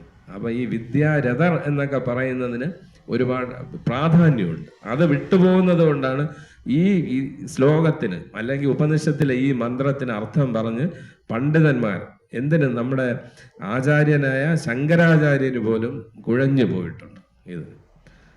അപ്പം നമുക്ക് എല്ലാവർക്കും കൺഫ്യൂഷൻ വരും. കാര്യം അവിദ്യയെ ഉപാസിക്കുന്നവർ അന്ധതമസിൽ പോവും, ഇരുട്ടിൽ പോവും. അതിൽ നമുക്ക് ആർക്കും ഒരു പ്രശ്നവുമില്ല. അതായത് അവിദ്യ എന്ന് വെച്ചാൽ അജ്ഞാനം. അജ്ഞനായിട്ട് നിന്നാൽ നമ്മൾ അജ്ഞന്മാരെല്ലാം അന്ധതമസിൽ തന്നെ പോകുന്നു വിദ്യാരഥം അങ്ങ് അതേക്കാൾ കൂരിരുട്ടിലും എന്ന് പറയുന്നിടത്താണ് നമുക്ക് മനസ്സിലാക്കാൻ പ്രശ്നം. അപ്പൊ ഇവിടെ വിദ്യാരഥർ എന്നാണ്. അപ്പൊ വിദ്യയിൽ രമിക്കുക എന്ന് പറയുമ്പോൾ ആത്മാവിലല്ല രമിക്കുന്നത്, വിദ്യയിലാണ് കൂടുതൽ കൂടുതൽ പാണ്ഡിത്യം ഉണ്ടാകുക. അതുപോലെ ഒരുപാട് ഇപ്പോൾ ഒരു ഉപാസകനാണെങ്കിൽ ഉപാസനയിലൂടെ സിദ്ധികൾ ഉണ്ടാകുക.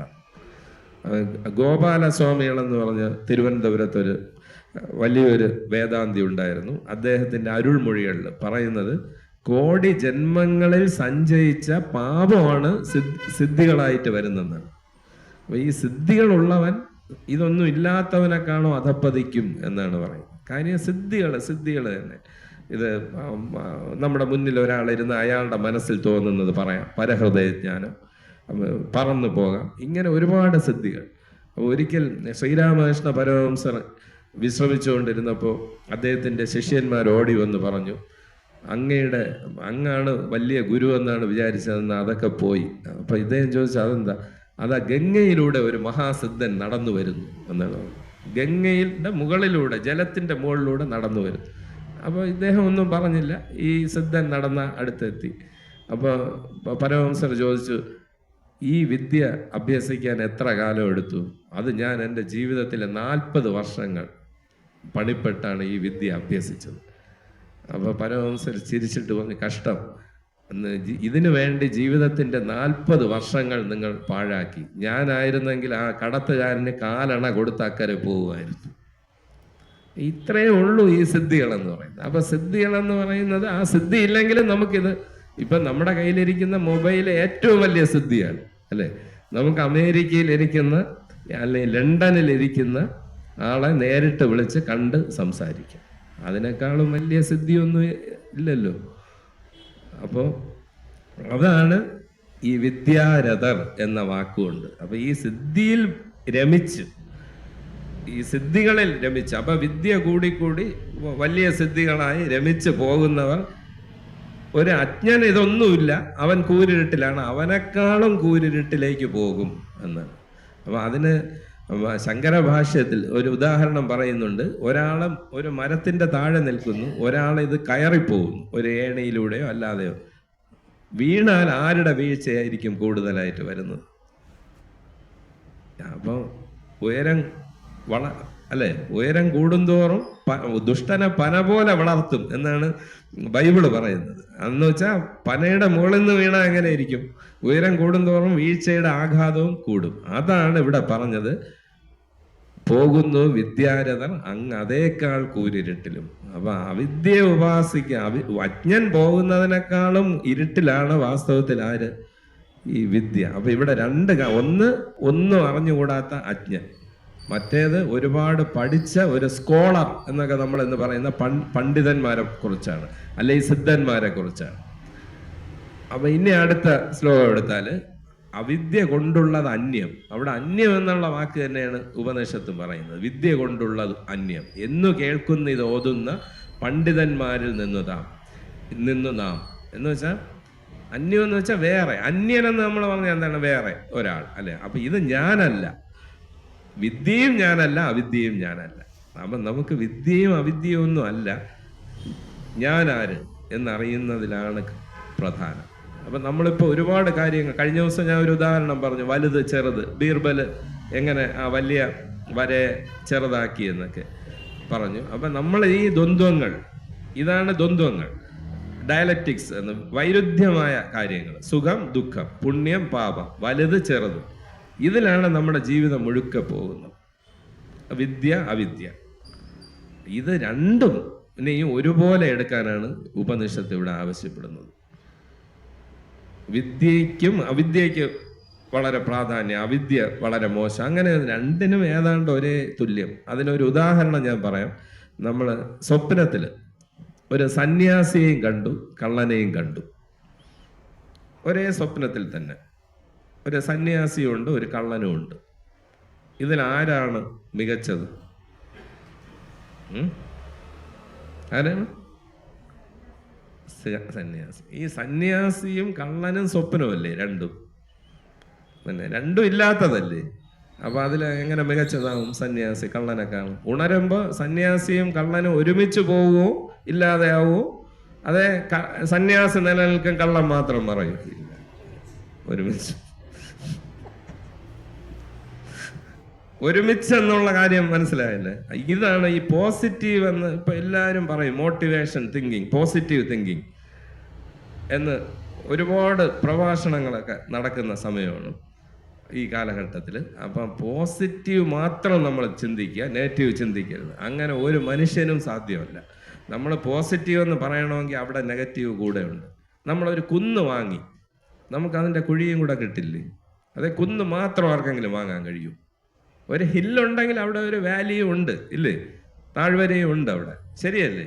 കുന്ന് പോസിറ്റീവ് എന്ന് പറഞ്ഞാൽ അവിടെ നെഗറ്റീവ് അതിലുണ്ട്. നെഗറ്റീവ് എന്ന് പറഞ്ഞാൽ ഇതിനെ രണ്ടിനെയും, ഇത് പോസിറ്റീവ് എന്നും നെഗറ്റീവ് എന്നും ആർക്കാണ് അനുഭവപ്പെടുന്നത്, അതിൽ നിന്നുകൊണ്ട് ഇതിനെ ഒരുപോലെ കാണാനാണ് ഉപനിഷത്ത് പറയുന്നത്. ഇത് രണ്ടും വേറെ, നീ അല്ല എന്ന് കാണുക, എന്നിട്ട് ഒരുമിച്ചെടുക്കുക.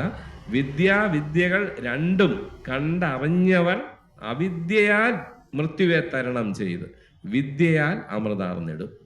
അപ്പൊ ഇതൊക്കെ ഇങ്ങനെ മനസ്സിലാക്കിയില്ലെങ്കിൽ അർത്ഥം ഒരു കാലം പിടികിട്ടാൻ പോകുന്നില്ല. ഇത് പണ്ഡിതന്മാരെ എനിക്ക് തോന്നുന്നു ഏറ്റവും കുഴപ്പിച്ച ഒരു ഉപനിഷത്ത് ഈശാവാസ്യ ഉപനിഷത്തിലെ ഈ നമ്മളിപ്പോൾ ചർച്ച ചെയ്യുന്ന ശ്ലോകങ്ങളാണ്. ഇതിൽ ഇന്നത്തെ കാലത്ത് തന്നെ എത്ര പേർക്ക് ഇതിൻ്റെ രഹസ്യം അറിയാം എന്നത് സംശയവും. ഞാനിത് എൻ്റെ ഗുരുനാഥൻ ബാലകൃഷ്ണൻ നായർ സാറിൻ്റെ അടുത്തിരുന്ന് സംശയ നിവർത്തി വരുത്തിയിട്ടുള്ള കാര്യങ്ങളാണ് ഇവിടെ പറയുന്നത്. അപ്പോൾ വിദ്യ അവിദ്യകൾ രണ്ടും ഒരുപോലെ, നേരത്തെ നമ്മൾ പറഞ്ഞതുപോലെ സന്യാസിയെയും കള്ളനും രണ്ടും സ്വപ്നം. അല്ലാതെ അവിടെ ഒരാൾക്ക് നല്ലത് സന്യാസി നല്ലത് അങ്ങനെ ഇല്ല, രണ്ടും സ്വപ്നം. അപ്പൊ ഈ വിദ്യയെ അവിദ്യയെ ഒരുപോലെ എടുക്കുക. ഇല്ലെങ്കിൽ എന്ത് പറ്റും? അവിദ്യ ഉപാസിക്കുന്നവൻ അന്ധതമസിലായിരിക്കും, അതിനേക്കാൾ അന്ധതമസിൽ പോകും ആര്? വിദ്യയെ ഉപാസിക്കുന്നത്. അത് അങ്ങനെ സംഭവിക്കാതിരിക്കാനാണ് ഇവിടെ ഉപനിഷത്ത് പറഞ്ഞത് രണ്ടിനെയും ഒരുമിച്ചെടുക്കുക. എന്നിട്ട് അങ്ങനെ എടുത്തു കഴിഞ്ഞാൽ അവൻ അങ്ങനെ എടുക്കുന്നവന് അവിദ്യയാൽ മൃത്യുവെ തരണം ചെയ്യാൻ കഴിയും.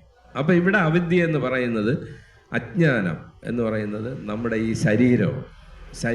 അപ്പൊ ഞാൻ ശരീരമല്ല, ഞാൻ ശരീരമാണ് എന്ന് ധരിച്ചിരിക്കുന്നതാണ് അജ്ഞാനം.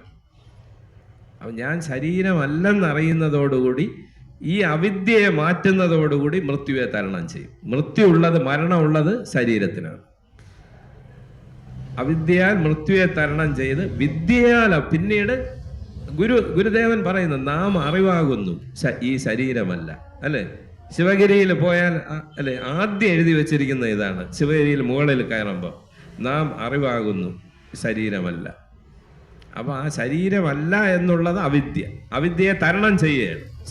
ഞാൻ ശരീരം എന്നുള്ളത് നമ്മുടെ അജ്ഞാനം കാരണമാണ് നമ്മൾ വിചാരിച്ചു വച്ചിരിക്കുന്നത്. ഞാൻ ആത്മാവാണ്. അതാണ് യഥാർത്ഥ വിദ്യ. വിദ്യയാൽ അമൃതാർന്നിടും. അമൃതം എന്ന് വെച്ചാൽ മരണമില്ലായ്മയിലെത്തും എന്നാണ്. ഇതിനെ ഒരുമിച്ചെടുക്കുക. പോസിറ്റീവും നെഗറ്റീവും ഉണ്ട്, ഇല്ലെന്ന് പറയുന്നില്ല. എവിടെ ഉണ്ട്? എന്നിലുണ്ട്, അല്ലേ? അപ്പൊ അങ്ങനെ എടുത്തിട്ട് ആദ്യം ഞാൻ എന്തല്ലയോ അതിനെ നിഷേധിക്കുക. അപ്പൊ തന്നെ എൻ്റെ എല്ലാ പ്രശ്നവും തീരുമെന്നാണ് പറയുന്നത്.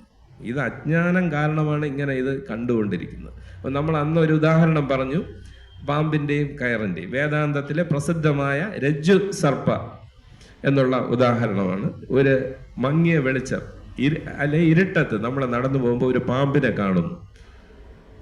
നമ്മളപ്പോൾ എന്ത് ചെയ്യും? ഒന്നുകിൽ ഓടാൻ തുടങ്ങും ഭയന്ന്, അല്ലെങ്കിൽ ഓടിപ്പോയി ഒരു വടി എടുത്തുകൊണ്ട് വന്ന് അടി. അങ്ങനെ അടുത്ത് ചെന്നപ്പോഴാണ് ഒരാൾ പറഞ്ഞ് ഈ വെളിച്ചം കൊണ്ടുവന്ന് നോക്കാൻ പറഞ്ഞു.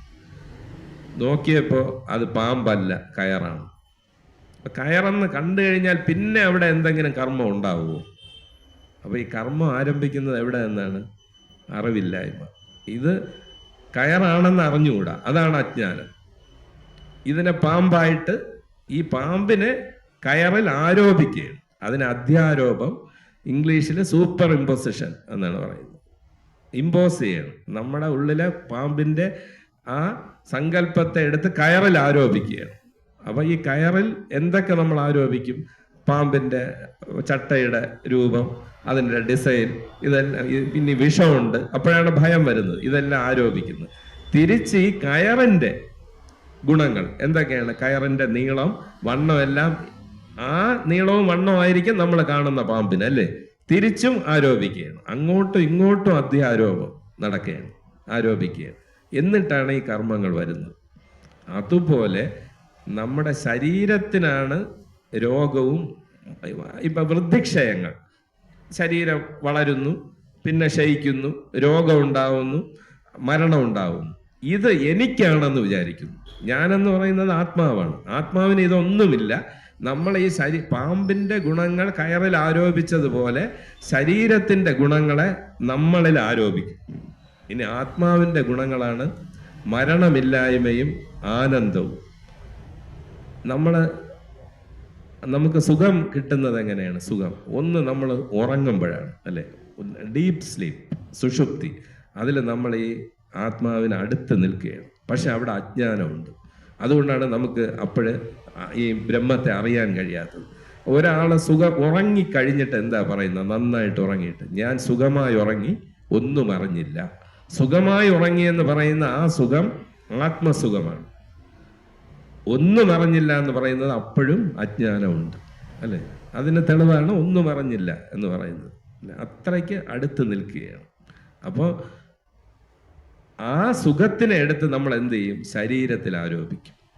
ശരീരത്തിന് സുഖിക്കണം, പല ഭോഗങ്ങൾ, ഇഷ്ടമുള്ള ആഹാരം, ഇഷ്ടമുള്ള ഇണയെ കിട്ടണം. അപ്പം ഇതെല്ലാം ശാരീരിക സുഖങ്ങളാണ്. പക്ഷേ അപ്പോഴും ഇപ്പം നമുക്ക് ഇഷ്ടമുള്ള ഒരു വസ്തു, ഒരു വലിയൊരു BMW കാറ് പുതിയതായിട്ട് ഇറങ്ങി, ഇത് കിട്ടണം, മനസ്സിൽ മുഴുക്ക ഇത് കിട്ടണം, ഇത് കിട്ടണം. ഇത് വാങ്ങി വീട്ടിൽ കൊണ്ടിട്ടപ്പോൾ ഒരു സന്തോഷം. അതെങ്ങനെ വന്നു ആ സുഖം? ഇത് കയ്യിലെത്തിയപ്പോൾ മനസ്സിന്റെ ഈ ചലനങ്ങളൊന്ന് അവസാനിച്ചു, ഉള്ളിലെ സുഖം അനുഭവിക്കും. പക്ഷെ ഈ ഉള്ളിലെ സുഖത്തിനെ എടുത്ത് കാറിൽ ആരോപിക്കുക. ഈ കാറ് വന്നതുകൊണ്ടാണ് എനിക്ക് സുഖം കിട്ടിയത്. ആരെങ്കിലും പുറമേ സുഖം അനുഭവിച്ചതായിട്ട് എന്തെങ്കിലും ഒരു അനുഭവം ആർക്കെങ്കിലും ഉണ്ടോ? നമുക്ക് സുഖം വരുമ്പോൾ എവിടെയാണ് സുഖം ഉണ്ടാവുന്നത്? നമ്മുടെ ഉള്ളിലാണോ പുറത്താണോ? അപ്പൊ ആത്മസുഖത്തെ ശരീരത്തിലും, ശരീരത്തിൻ്റെ രോഗം, മരണം, ഇതിനെയൊക്കെ ആത്മാവിലും ആരോപിച്ചിട്ട് പല പ്രശ്നങ്ങളിൽപ്പെട്ട് കിടക്കുകയാണ്. അതിനെ മാറ്റാനുള്ള വിദ്യയാണ് ഇവിടെ പറയുന്നത്. ഞാൻ ഈ ശരീരമല്ല, ഞാൻ ആത്മാവാകും. അപ്പം ശരീരമല്ല എന്ന് പറയുമ്പോൾ തന്നെ ആ മരണവും വൃദ്ധിക്ഷയങ്ങളും എല്ലാം അവിടെ നിന്ന് പോയി. ആത്മാവാകുന്നു എന്ന് പറയുമ്പോൾ അമൃതത്വം, മരണമില്ലായ്മയും ആനന്ദവും അവിടെ വന്നു. നമ്മളവിടെ ഒരു ഉദാഹരണം പറഞ്ഞു. കാന്തം, മാഗ്നറ്റിൻ്റെ ഉദാഹരണം നമ്മൾ കഴിഞ്ഞ ദിവസം പറഞ്ഞു. കാന്തത്തിന് 2 പോൾസ്, 2 ധ്രുവങ്ങളുണ്ട്, പോസിറ്റീവും നെഗറ്റീവും, അല്ലേ? അപ്പോൾ ഇത് രണ്ടും ചേർന്നാലേ അത് കാന്തമാവുള്ളൂ. അല്ലാതെ പോസിറ്റീവ് മാത്രമായാൽ അത് കാന്തം ആവില്ല. പോസിറ്റീവും ഉണ്ട്, നെഗറ്റീവും ഉണ്ട്. ഈ കാന്തം ഇരുമ്പിനെ ആകർഷിക്കും. അതുപോലെ അയസ്കാന്തം എന്നാണ് അതിനെ പറയുന്നത്. അതുപോലെ അയസ്കാന്തമാണ് ഇത് സാക്ഷാത്കരിച്ച ഋഷീശ്വരന്മാർ. നമ്മുടെ ശ്രീനാരായണ ഗുരുദേവന്റെ ജീവിതം എടുക്കുക. ഗുരു എല്ലാവരെയും തന്നിലേക്ക് ആകർഷിച്ചു. ശരിയാണോ തെറ്റാണോ? അല്ലേ? എല്ലാവരും. യുക്തിവാദിയായ അയ്യപ്പൻ ഗുരുവിൻ്റെ ശിഷ്യനായി, സഹോദരൻ അയ്യപ്പൻ. കവിയായിരുന്ന കുമാരനാശാൻ, ഡോക്ടറായിരുന്ന ഡോക്ടർ പൽപ്പു. അങ്ങനെ എത്ര എല്ലാവരും ഗുരുവിലേക്ക് ഒരുപോലെ ആകൃഷ്ടരായി. എന്തുകൊണ്ടാണ്? ഗുരു ഈ മാഗ്നറ്റാണ്, ഈ അയസ്കാന്തമാണ്. ഗുരു എന്താണ്? 2 ധ്രുവങ്ങളും ഗുരുവിലുണ്ട്. ഞാൻ ശരീരമല്ല, അത് നെഗറ്റീവ് ധ്രുവവും ഞാൻ ആത്മാവാകുന്നു എന്ന് സാക്ഷാത്കരിച്ച് ഇരിക്കുന്ന ആളാണ് ശ്രീനാരായണ ഗുരുദേവൻ. അതുകൊണ്ട് ഗുരുവിലേക്ക് എല്ലാം ആകർഷിക്കപ്പെട്ടു. ഇപ്പം ഈ ശ്ലോകത്തിൻ്റെ അർത്ഥം മനസ്സിലായി കാണുമല്ലോ. ഇപ്പം ഇതാണ് ഈ ശ്ലോകത്തിൻ്റെ അർത്ഥം. അടുത്തത് ഇതേ കാര്യം തന്നെ. ഇനി നമുക്ക് അല്പം വേഗത്തിൽ പോവാം. വാക്കുകളൊന്ന് മാറ്റി ഉപയോഗിച്ചിട്ടേ ഉള്ളൂ. അസംഭൂതിയെ, ഇത് ആണ് എനിക്ക് ഒന്ന് ആരോ അന്ന് ചോദിച്ച, അസംഭൂതിയെ ആരാധിപ്പവൻ അന്ധതമസ്സിലും പോകുന്നു സംഭൂതി രഥർ അങ്ങതേക്കാൾ. അങ്ങന്നില്ല, സംഭൂതി രഥർ അതേക്കാൾ. അവിടെ സംഭൂതി രഥ എന്നിട്ട് ഹൈഫനിട്ട് രഥേക്കാൾ എന്നാണ്. അത് 2 വരിയിലായതുകൊണ്ടാണ് സംഭൂതി രഥർ അതേക്കാൾ കൂരിരുട്ടിലും, അങ്ങനെയാണ് വായിക്കേണ്ടത്. അപ്പൊ ഇവിടെ അസംഭൂതി എന്നും സംഭൂതി, നേരത്തെ പറഞ്ഞ അവിദ്യയും വിദ്യയും തന്നെയാണ് മറ്റൊരു രീതിയിൽ. അസംഭൂതി എന്ന് പറയുന്നത് ഈ വിഷയങ്ങളിൽ വളരെ മോശപ്പെട്ട വിഷയങ്ങളുമുണ്ട്, നേരത്തെ പറഞ്ഞു നല്ലതുമുണ്ട്. അതിൽ മോശപ്പെട്ട കാര്യങ്ങളിലേക്ക് പോകുന്നവർ അവരെപ്പോഴും കൂരിരുട്ടിൽ തന്നെയാണ്. ഇനി സംഭൂതി രഥറുണ്ട്. സംഭൂതി എന്ന് പറയുമ്പോൾ നല്ല വിശേഷപ്പെട്ട വിഷയങ്ങളുമായിട്ട് അവരതിനേക്കാൾ കൂരിരുട്ടിൽ. ഇനി അത് വിശദീകരിക്കണ്ടല്ലോ, നേരത്തെ പറഞ്ഞതുപോലെയാണ്. അപ്പൊ അത് പറയുകയാണെങ്കിൽ അസംഭൂതി രഥർ, ഇറച്ചി വെട്ട് ജോലി, അത് അസംഭൂതിയാണ്. ഇറച്ചി എന്ന് പറയുന്നത് മാംസം വെട്ടുക, കൊടുക്കുക, അവൻ കൂരിരുട്ടിലാണ്. സംഭൂതി എന്ന് പറയുമ്പോൾ ഒരു ക്ഷേത്രത്തിൽ ഉപാസന ചെയ്യുന്നു അവൻ. അപ്പം നോക്കുമ്പോൾ അവൻ വളരെ സാത്വിക ഉപാസനയാണ് ചെയ്ത്. അപ്പോൾ ഇത് നടന്ന ഒരു സംഭവമാണ്. ഒരാള് ഞങ്ങൾ മുമ്പ്, അന്ന് ഞാൻ വളരെ ചെറുപ്പമാണ്, ബാലകൃഷ്ണൻ സാർ അന്ന് തിയോസഫിക്കൽ സൊസൈറ്റിയിൽ തിരുവനന്തപുരത്ത് ക്ലാസ് എടുക്കുമ്പോൾ ആ സമയത്ത് ഒരു 10-25 വയസ്സുള്ള, എനിക്കന്നൊരു 16 വയസ്സൊക്കെ ഉള്ളൂ, 10-25 വയസ്സുള്ള ഒരു യുവാവ് വന്നിരുന്ന് ഇങ്ങനെ ഓമൊക്കെ പറയും. ഇയാൾ നാട് വിട്ടു പോയി, എവിടെയോ സൗപർണിയയിലോ എവിടെയോ വെച്ച് ഒരു സിദ്ധനെ കണ്ടു, കുറേ സിദ്ധികളൊക്കെ കിട്ടി. സാറിൻ്റെ വീട്ടിൽ വന്നിട്ട് ഇദ്ദേഹം ഇങ്ങനെ കൈ മടക്കിയിട്ട്, സാറിന് എവിടത്തെ പ്രസാദം വേണം? എന്താ, മൂകാംബിക പ്രസാദം, ശബരിമലയിലെ പ്രസാദം, ഗുരുവായൂർ, ഒരു നിമിഷം കൊണ്ട് ഇത് ഉണ്ടാക്കി കൊടുക്കും. അപ്പോൾ സാറ് ചോദിച്ചാൽ എല്ലാം കൊള്ളാം, നല്ലത്. അത് നിങ്ങളുടെ മനസ്സിനൊക്കെ എങ്ങനെയുണ്ട്? സ്വസ്ഥതയുണ്ടോ? ശാന്തിയുണ്ടോ? അത് സാറ് ഒരു നിമിഷം ശാന്തിയില്ല. ഇത് ഞാനൊരു ദേവതയെ ഉപാസിക്കുമ്പോഴാണ്, ആ ദേവതയാണ് എനിക്കിതൊക്കെ എത്തിച്ചേരുന്നത്. ഈ ദേവതയെ ഉപാസിക്കുന്നത് എത്ര മഴയായാലും തണുപ്പായാലും 7:30 വെളുപ്പിന് പുഴയിൽ മുങ്ങി കുളിച്ച് പൂജ ചെയ്യണം.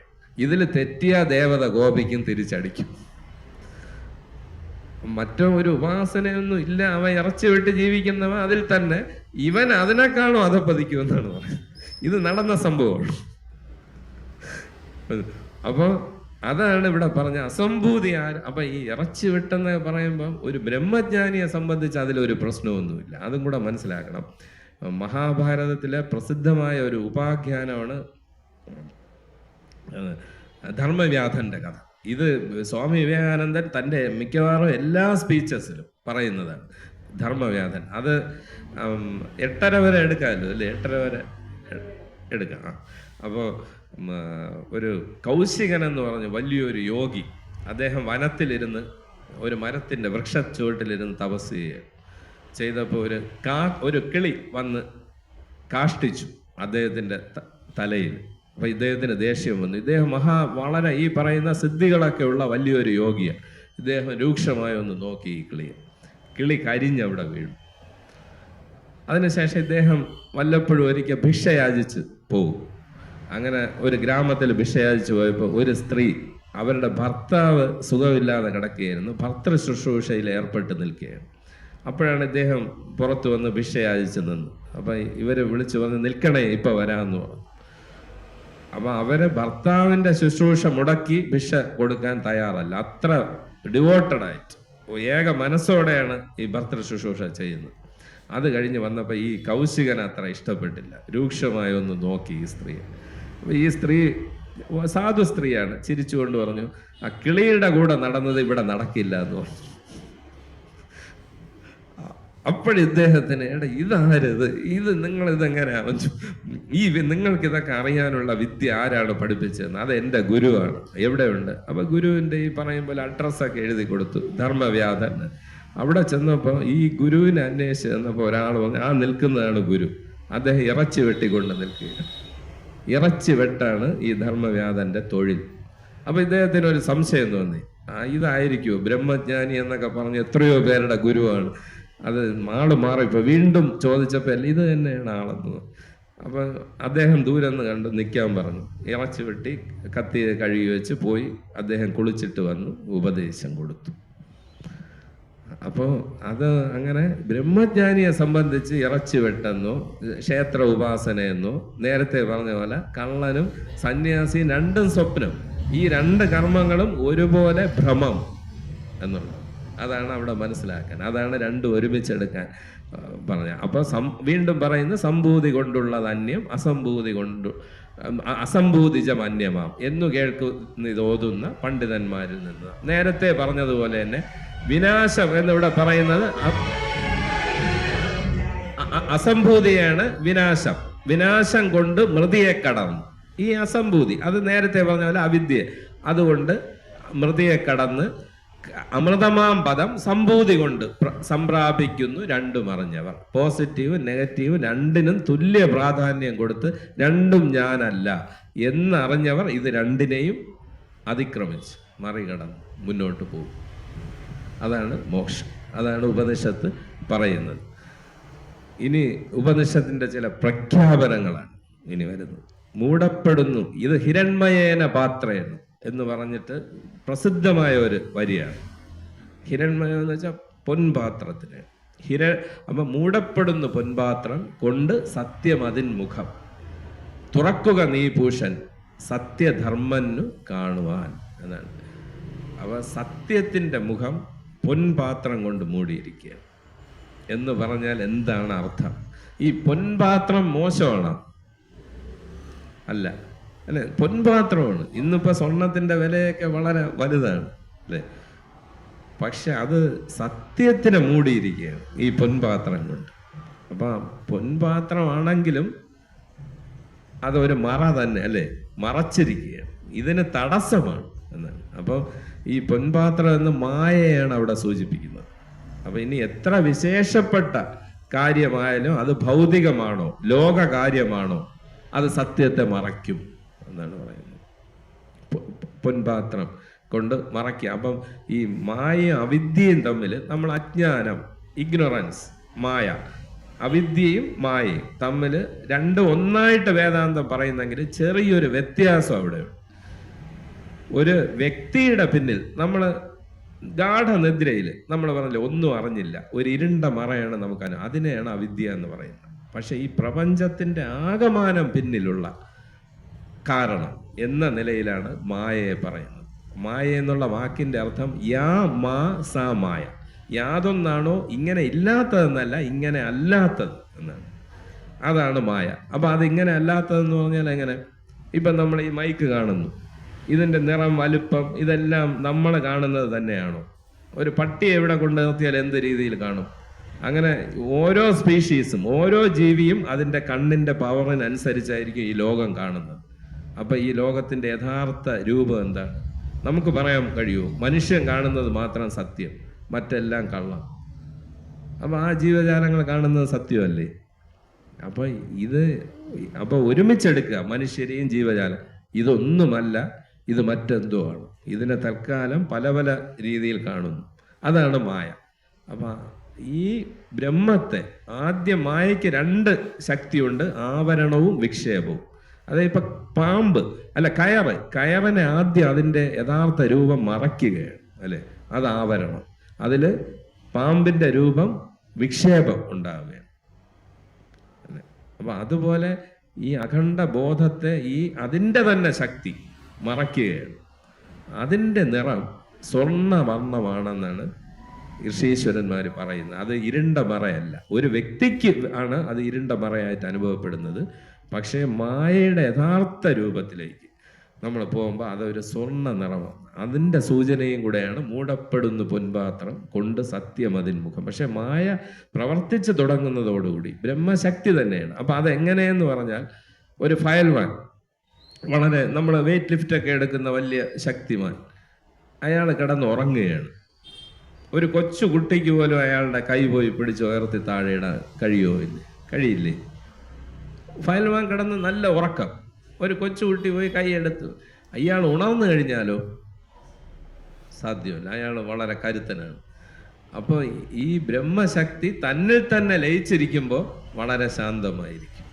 അത് പ്രഭവിക്കാനായിട്ട് പുറത്തോട്ട്. അപ്പം ശക്തനും ശക്തിയും രണ്ടല്ല. ഒരുത്തരം നമ്മളെ ശക്തൻ എന്ന് പറയുമ്പോൾ എന്താണ് അർത്ഥം? അവന് ശക്തിയുണ്ട്. ശക്തി ഉണ്ടെങ്കിലേ ശക്തൻ എന്ന് പറയാൻ കഴിയും. ഇപ്പോൾ കാന്തം എന്ന് പറയണമെങ്കിൽ കാന്തശക്തി ഉണ്ട്. കാന്തശക്തി ഉണ്ടെങ്കിലേ അതിനെ കാന്തം എന്ന് പറയാൻ കഴിയും. അപ്പോൾ ഇതൊരിക്കലും രണ്ടല്ല. ഇത് അടങ്ങിയിരിക്കുകയും പുറത്തു വരികയും ചെയ്യും. രണ്ടവസ്ഥ. അതാണ് അഖണ്ഡ ബോധത്തിൽ ലയിച്ചിരിക്കുമ്പോൾ ശാന്തിയും സമാധാനവും. അത് പുറത്തു വരുമ്പോഴാണ് ഈ മായയും ഈ കാഴ്ചകളും എന്നാണ് പറയുന്നത്. അത് അപ്പം അതുകൊണ്ട് എന്ത് ചെയ്യാനാണ്? തുറക്കുക നീ പൂഷൻ. പൂഷൻ എന്ന് ഇവിടെ പറയുന്നത് ഈ ബ്രഹ്മത്തെയാണ്, അല്ലെങ്കിൽ അഖണ്ഡ ബോധത്തെയാണ്. സത്യധർമ്മന് കാണുവാൻ, സത്യം തന്നെ ജീവിത നിഷ്ഠയാക്കിയവന് നിന്റെ യഥാർത്ഥ രൂപം കാണണം. അതിനു വേണ്ടി നീ ഈ പൊൻപാത്രത്തെ മാറ്റാനാണ്. അപ്പോൾ പൊൻപാത്രം ഈ സത്യത്തെ മറയ്ക്കും. അപ്പം അത് ഞാൻ നടന്ന ഒരു സംഭവം പറയാം. ഈ മഹേഷ് യോഗി എന്ന് നിങ്ങൾ കേട്ടിട്ടുണ്ടോ? ട്രാൻസെൻഡൻ്റൽ മെഡിറ്റേഷൻ എന്ന് പറഞ്ഞ് മഹേഷ് യോഗി, ഇപ്പോൾ അദ്ദേഹം ഇല്ല. ട്രാൻസെൻഡൽ മെഡിറ്റേഷൻ്റെ ഈ പഠിപ്പിക്കുന്ന സ്ഥലമൊക്കെ തിരുവനന്തപുരത്ത് എൻ്റെ വീട്ടിനടുത്തൊക്കെ ഉണ്ടായിരുന്നു. അതിനുശേഷമാണ് ഈ ശ്രീ രവിശങ്കറൊക്കെ ആർട്ട് ഓഫ് ലിവിങ് ഒക്കെ വരുന്നത്. ഇത് ആദ്യമേ ഉള്ളതാണ് ട്രാൻസെൻഡൽ മെഡിറ്റേഷൻ. മഹേഷ് യോഗി അദ്ദേഹം ആദ്യകാലത്ത്, പിന്നീട് അദ്ദേഹം സ്വിറ്റ്സർലൻഡിലൊക്കെ ആയിരുന്നു. അതങ്ങനെയാണല്ലോ, വലിയ ഗുരുക്കന്മാരാകുമ്പോൾ ഒരുപാട് സ്ഥാപനങ്ങളും. അപ്പോൾ ആദ്യകാലത്ത് തിരുവനന്തപുരത്ത് കാർത്തിക തിരുനാൾ തിയേറ്ററിൽ ഒരിക്കൽ വന്നിരുന്നു എന്നാണ് ഞാനിത് പറഞ്ഞു കേട്ടതാണ്. അപ്പോൾ അദ്ദേഹം ചെറുപ്പമാണ്. അദ്ദേഹം വന്നിട്ട് പറഞ്ഞു, ആർക്കാണ് മോക്ഷം അല്ലെങ്കിൽ ട്രാൻസെൻഡൻ്റൽ മെഡിറ്റേഷൻ അല്ലെങ്കിൽ ട്രാൻസ് ചെയ്യേണ്ടത്? Who wants transcendental meditation? Come to this platform. മോക്ഷം ആവശ്യമുള്ളവർ ഈ പ്ലാറ്റ്ഫോമിലേക്ക് വരാം. അപ്പോൾ അവിടെ അന്നുണ്ടായിരുന്ന ഒരാളാണ് പറഞ്ഞത് എന്നോട്, ഒരു മനുഷ്യൻ അനങ്ങിയില്ല എന്നാണ് പറയുന്നത്. ഒരു മനുഷ്യനും ഈ മോക്ഷം വേണ്ട. മോക്ഷം ആവശ്യമുള്ളവർ ഇങ്ങോട്ട്, ഇപ്പം ഞാൻ വിളിക്കുകയാണ്, മോക്ഷം ആവശ്യമുള്ളവർ ഇവിടെ വരൂ, ഇവിടെ ഇരിക്കും. എത്ര പേര് വരും? ഒരു മനുഷ്യൻ അവിടെ അനങ്ങിയില്ല എന്നാണ്. നേരെ മറിച്ച് ഇവിടെ ആദ്യം വരുന്നയാൾക്ക് 1 പവൻ സ്വർണം തരും എന്ന് പറഞ്ഞാൽ എങ്ങനെയായിരിക്കും അവസ്ഥ? മുൻപ് തിരുവനന്തപുരത്ത് ഒരു തിയേറ്റർ ഓപ്പൺ ചെയ്തപ്പോൾ ആദ്യം ടിക്കറ്റ് എടുക്കുന്നയാൾക്ക് 1 പവൻ സ്വർണം. അന്ന് 4-5 പേര് ആശുപത്രിയിലായെന്നാണ് പറഞ്ഞത്. അതാണ് സ്വർണത്തിൻ്റെയും സത്യത്തിൻ്റെയും വ്യത്യാസം. ഇനി ആ ശ്ലോകം വന്ന്, മൂടപ്പെടുന്നു പൊൻപാത്രം കൊണ്ട് സത്യം അതിൻ മുഖം. സത്യത്തെ മറയ്ക്കുന്നത് ഇതുപോലെയുള്ള വളരെ മനോഹരമായ പൊൻപാത്രങ്ങളാണ്. അതാണ് അതിൻ്റെ അർത്ഥം. പിറന്നാദിയിൽ നിന്ന് ഏകനായി വന്നിങ്ങ് സൃഷ്ടിയും സ്ഥിതിയും നാശവും ചെയ്യും സൂര്യ മാറ്റുക രശ്മിയെ. അപ്പം നമ്മൾ ഈ കാണുന്ന സൂര്യൻ, ആ സൂര്യനെയാണോ നമ്മൾ കാണുന്നത്? നമ്മൾ രശ്മിയാണ് കാണുന്നത്, അല്ലേ? നമുക്ക് യഥാർത്ഥ സൂര്യനെ കാണാൻ കഴിയാത്തത് എന്തുകൊണ്ടാണ്? ഈ രശ്മിയുള്ളത്, അല്ലേ? ഈ നമ്മൾ കാണുന്ന ഇതിൻ്റെ ഗുണങ്ങളാണ്. ഇന്നലെ ഞാൻ മറ്റൊരു കാര്യം കഴിഞ്ഞ ദിവസം പറഞ്ഞു. ഒരു പൂവ് നമ്മളെടുത്താൽ ആ പൂവിന്, റോസാപ്പൂ, അതിന് ചില ഗുണങ്ങളുണ്ട്. അപ്പോൾ സൂര്യന് ചില ഗുണം. സൂര്യൻ ഇപ്പോൾ ഒരു സയൻറ്റിസ്റ്റ് ആണെങ്കിൽ അതിൽ ഹീലിയം ആണുള്ളത്, അതിന് പ്രകാശമുണ്ട്, ഊർജമുണ്ട്, ഇങ്ങനെ കുറച്ച് ഗുണഗണങ്ങളുണ്ട്. അപ്പോൾ സൂര്യൻ ആരാണ്? സൂര്യൻ്റെ ചില, ഇപ്പം എൻ്റെ ചില ഗുണങ്ങൾ, അല്ലെങ്കിൽ നിങ്ങൾ ഓരോരുത്തരും നമ്മുടെ ചില ഗുണങ്ങൾ പറഞ്ഞാൽ നമ്മളാവൂ? ഇത് എന്തിൻ്റെയോ ഗുണങ്ങളാണ്, അല്ലേ? ആരുടെ ഗുണം? അപ്പോൾ ഈ പ്രകാശം ഉള്ളത് ആർക്കാണ്? ഈ ഇത്രയും ചൂട് ഉള്ളത് ആർക്കാണ്? ഇത്രയും വലുപ്പം ഉള്ളത് ആർക്കാണ്? ഇത്രയും രശ്മികൾ പൊഴിച്ചുകൊണ്ട് നിൽക്കുന്നത് ആരാണ്? ആ സൂര്യൻ ആരാണ് എന്നാണ് ചോദ്യം. അപ്പം അതാണ് ആ രശ്മിയെ മാറ്റിയാലേ നിന്നെ കാണാൻ കഴിയൂ. ഈ സൂര്യനാണ് എന്തൊക്കെ ചെയ്യുന്നു. പിറന്ന ആദിയിൽ നിന്ന് ഏകനായി വന്നിങ്ങ്. അവിടെ രണ്ടാമതൊന്നില്ലായിരുന്നു അന്ന്. പിന്നെ ആ ഒരേ സത്യം തന്നെയാണ് സൂര്യൻ എന്നിവിടെ പറഞ്ഞിരിക്കുന്നത്, പരമസത്യത്തെയാണ്. അത് തന്നെയാണ് പലതായിട്ട് സൃഷ്ടിയും സ്ഥിതിയും സംഹാരവും.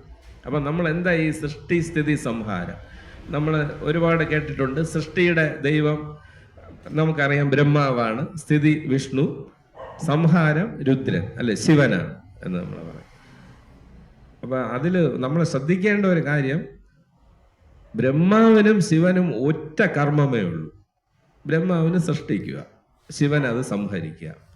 ഈ ബുദ്ധിമുട്ട് മുഴുവനും വിഷ്ണുവിനാണ്, സ്ഥിതി ഇതിനെ പരിപാലിക്കാൻ. അതുകൊണ്ടാണ് ഭഗവാൻ ഇത്രയും അവതാരങ്ങൾ എന്ന് പറയുന്നത്. ഓരോ കാലത്തിനനുസരിച്ച് അവതരിക്കണം അല്ലേ. ഇത് അതിൻ്റെയൊക്കെ കഥകൾ, ചില ശാപങ്ങളും ശാപമോക്ഷങ്ങളുടെയും കഥകളാണ് ഇതിഹാസങ്ങളും പുരാണങ്ങളും. മഹാവിഷ്ണുവിൻ്റെ പാർഷദന്മാർ, അദ്ദേഹത്തിൻ്റെ കാവൽക്കാരാണ് ജയവിജയന്മാർ. അപ്പം ഇവർക്കൊരു പ്രശ്നമുണ്ട്. ഞങ്ങളല്ലാതെ ആരും മഹാവിഷ്ണുവിനെ കാണാൻ പാടില്ല. സനകാദി മഹർഷിമാർ, സനകൻ, സനാതനൻ, സനത് കുമാരൻ, അങ്ങനെ 4 മഹർഷിമാർ, അവർ 4 പേരും കൂടി മഹാവിഷ്ണുവിനെ കാണാൻ വന്നു. അപ്പം ഇവർ അകത്ത് കടത്തിവിട്ടില്ല. അപ്പം ഈ മഹർഷിമാർക്ക് കോപം വന്നു. അവർ പറഞ്ഞു, നിങ്ങൾ അസുരന്മാരായി 3 ജന്മം നിങ്ങൾ അസുരന്മാരായി ജനിക്കട്ടെ. അപ്പോഴാണ് ഇവർക്ക് അയ്യോ ഞങ്ങൾ ഇത് മഹർഷിമാരുടെ ആണെന്ന് വിചാരിച്ചില്ല, മാപ്പ് തരണം എന്ന് പറഞ്ഞ് ശാപമോക്ഷത്തിനായിട്ട് അവർ യാചിച്ചു. അപ്പോൾ ശരി, ഭഗവാനോട് പോയി ചോദിക്കണം. ഭഗവാൻ അവതരിച്ച് നിങ്ങളെ ഓരോ ജന്മത്തിലും വധിക്കുമെങ്കിൽ 3 ജന്മം കൊണ്ട് നിങ്ങൾക്ക് തിരിച്ച് ജയവിജയന്മാരായിട്ട് വരാം. അപ്പോൾ ഇവർ പോയി ചോദിച്ചപ്പോൾ ഭഗവാൻ എന്തു പറഞ്ഞു? ഞാൻ അതിന് തയ്യാറാണ്. അപ്പോൾ ഇവരുടെ ഈ പ്രശ്നം കൊണ്ട് ഇവർക്കും ബുദ്ധിമുട്ടായി, ഭഗവാനും ഇനി അവതരിക്കണം. അങ്ങനെ ആദ്യത്തെ 2 പേരും ജനിച്ചതാണ് ഹിരണ്യകശിപുവും ഹിരണ്യാക്ഷനും. ഹിരണ്യാക്ഷനായിട്ടും ഹിരണ്യാക്ഷനെ കൊല്ലാൻ വരാഹമായിട്ട് ഭഗവാൻ വന്നു. ഹിരണ്യകശിപുവിനെ കൊല്ലാൻ നരസിംഹമായിട്ട് വന്നു. അടുത്ത അവതാരത്തിൽ രാവണനും കുംഭകർണനുമാണ്. അപ്പോൾ രാമാവതാരം വേണ്ടി വന്നു. അത് കഴിഞ്ഞ് കംസനും ശിശുപാലനുമായിട്ടാണ് ഇവർ. ഇതിങ്ങനെയാണ് ഈ നാടകം നടക്കുന്നത്. അപ്പോൾ അവരുടെ മനസ്സിലുണ്ടായ ഒരു ചെറിയ വാസന എന്താണ്? ഭഗവാനെ മറ്റാരും കാണാൻ പാടില്ല. അത് അവർക്ക് അത് ആരാണ്? ഭഗവാന്റെ സമീപത്തിരിക്കുന്നവരാണ്. അവർക്കുണ്ടായ ദുര്യോഗമാണ്. ഒരു ചെറിയ വാസന കാരണം 3 അസുര ജന്മം. അപ്പം നമ്മുടെയൊക്കെ മനസ്സിൽ ഓരോ നിമിഷവും എത്ര വാസനകളാണ്. ഓരോ കാര്യം നമ്മൾ കാണുമ്പോഴും കേൾക്കുമ്പോഴും ചെയ്യുമ്പോഴും അപ്പോൾ എത്ര ജന്മം വേണ്ടി വരും. നമ്മൾ എങ്ങനെ ഇത് മുമ്പോട്ട് പോകും? ഈ സത്യത്തിലേക്ക് നമ്മൾ എങ്ങനെ എത്തും? അതാണ് സൃഷ്ടിയും സ്ഥിതിയും സംഹാരത്തിൻ്റെ രഹസ്യം. അതുകൊണ്ട് ഇതിൽ നിന്ന് നമുക്ക് മോക്ഷം കിട്ടണമെങ്കിൽ സൂര്യ മാറ്റുക രശ്മിയെ എന്ന് പ്രാർത്ഥിക്കുകയാണ്. അപ്പം ഇതിനൊരു പ്രാർത്ഥനാ സ്വഭാവം കൂടി ഈ ഉപനിഷത്തിനുണ്ട്. അടക്കുക ഇങ്ങു കാണുവാനായി എന്ന് വെച്ചാൽ ഞങ്ങൾക്ക് കാണുവാനായി നിൻ കല്യാണ കളയപരം. കല്യാണം വളരെ മനോഹരമായ ശരീരമാണ് നിൻ്റെത് അല്ലെ. അത് ശരിക്കും നീ ആരാണ് എന്ന് വെച്ചാൽ ആത്മസ്വരൂപം കാണണമെങ്കിൽ നിന്റെ ഈ രശ്മി എന്ന് ഇവിടെ പറഞ്ഞിരിക്കുന്നത് മായയാണ്. അതിനെ അടക്കാനാണ് പറയുന്നത്. എങ്ങനെ? നമ്മൾ നേരത്തെ പറഞ്ഞു, ഫയൽമാൻ ഉറങ്ങിക്കിടക്കുമ്പോൾ ശക്തി മുഴുവൻ തന്നിലടങ്ങി. അതുപോലെ ഈ ബ്രഹ്മശക്തി തന്നിലേക്ക് അടക്കാൻ നമ്മൾ ചാടി എഴുത്തച്ഛൻ പറയും പോലെ ധന്യോഹമെന്നു മതി, മാന്യോഹമെന്നു മതി, പുണ്യങ്ങൾ ചെയ്ത പുരുഷൻ താനിതെന്നു മതി. ഓരോരുത്തർക്കും ഓരോ അഹങ്കാരമാണ്. എന്നെ കഴിഞ്ഞ ആരുമില്ല. അതൊക്കെ അടക്കാൻ പറയേ. അതാണ് ഇവിടെ അടക്ക് ഇങ്ങു കാണുവാനായി എന്ത്? നിൻ കല്യാണ കളയവരം. ഈ ആത്മസ്വരൂപം വ്യക്തമായി കാണണം. കണ്ടുകൂടാത്തതായി കണ്ണുകൊണ്ട്. അവ ഇതിന് ആത്മസ്വരൂപത്തെ ഈ മാംസചക്ഷുക്കൾ, ഈ ചക്ഷുസ്, ഈ കണ്ണുകൊണ്ട് കാണാൻ കഴിയില്ല. എന്നാൽ കാണപ്പെടുന്നതുമാണ്. നമ്മൾ പറയില്ല കാണപ്പെടുന്ന ദൈവമാണ്. കാണാൻ കഴിയില്ല, കാണപ്പെടുന്നതാണ്. പക്ഷെ നിന്റെ ഈ ഭൗതികമായ നേത്രങ്ങൾ, പഞ്ചേന്ദ്രിയങ്ങൾ കൊണ്ടൊന്നും അറിയാൻ കഴിയില്ല. ഇനിയാണ് നമ്മൾ നേരത്തെ പറഞ്ഞ കാര്യം പറയാണ്. നിന്നിൽ നിൽക്കുന്ന പുരുഷാകൃതി ഏതാണ് അതാണ് ഞാൻ. അപ്പോൾ ഈ കാണുന്ന സൂര്യനിൻ അകത്ത് ഒരു യഥാർത്ഥ ആള് സൂര്യനായിട്ടുണ്ട്. അതാണ് ആത്മ. ഇതിനെല്ലാം അതാണ് ആദ്യം. ഈശാവാസ്യം ഇദം സർവം. ആ വീട്ടിൽ ആരാണ് താമസിക്കുന്നത്? അത് രാമൻ താമസിക്കുക. അപ്പൊ അതിനകത്ത് താമസിക്കുന്ന ആളാര്? രാമൻ. അതുപോലെ ഈ പ്രപഞ്ചത്തിന് മുഴുവൻ ഉള്ളിൽ യഥാർത്ഥമായ സ്വരൂപം, യഥാർത്ഥ അവകാശി ഇതിൻ്റെ ആരാണ്? അതിനെയാണ്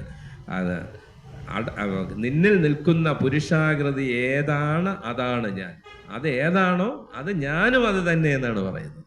അതാണ് അഹം ബ്രഹ്മാസ്മി എന്നും തത്വമസി, ഞാൻ ബ്രഹ്മം തന്നെ നീയും അത് തന്നെ എന്ന് പറയുന്നതിൻ്റെ അർത്ഥം.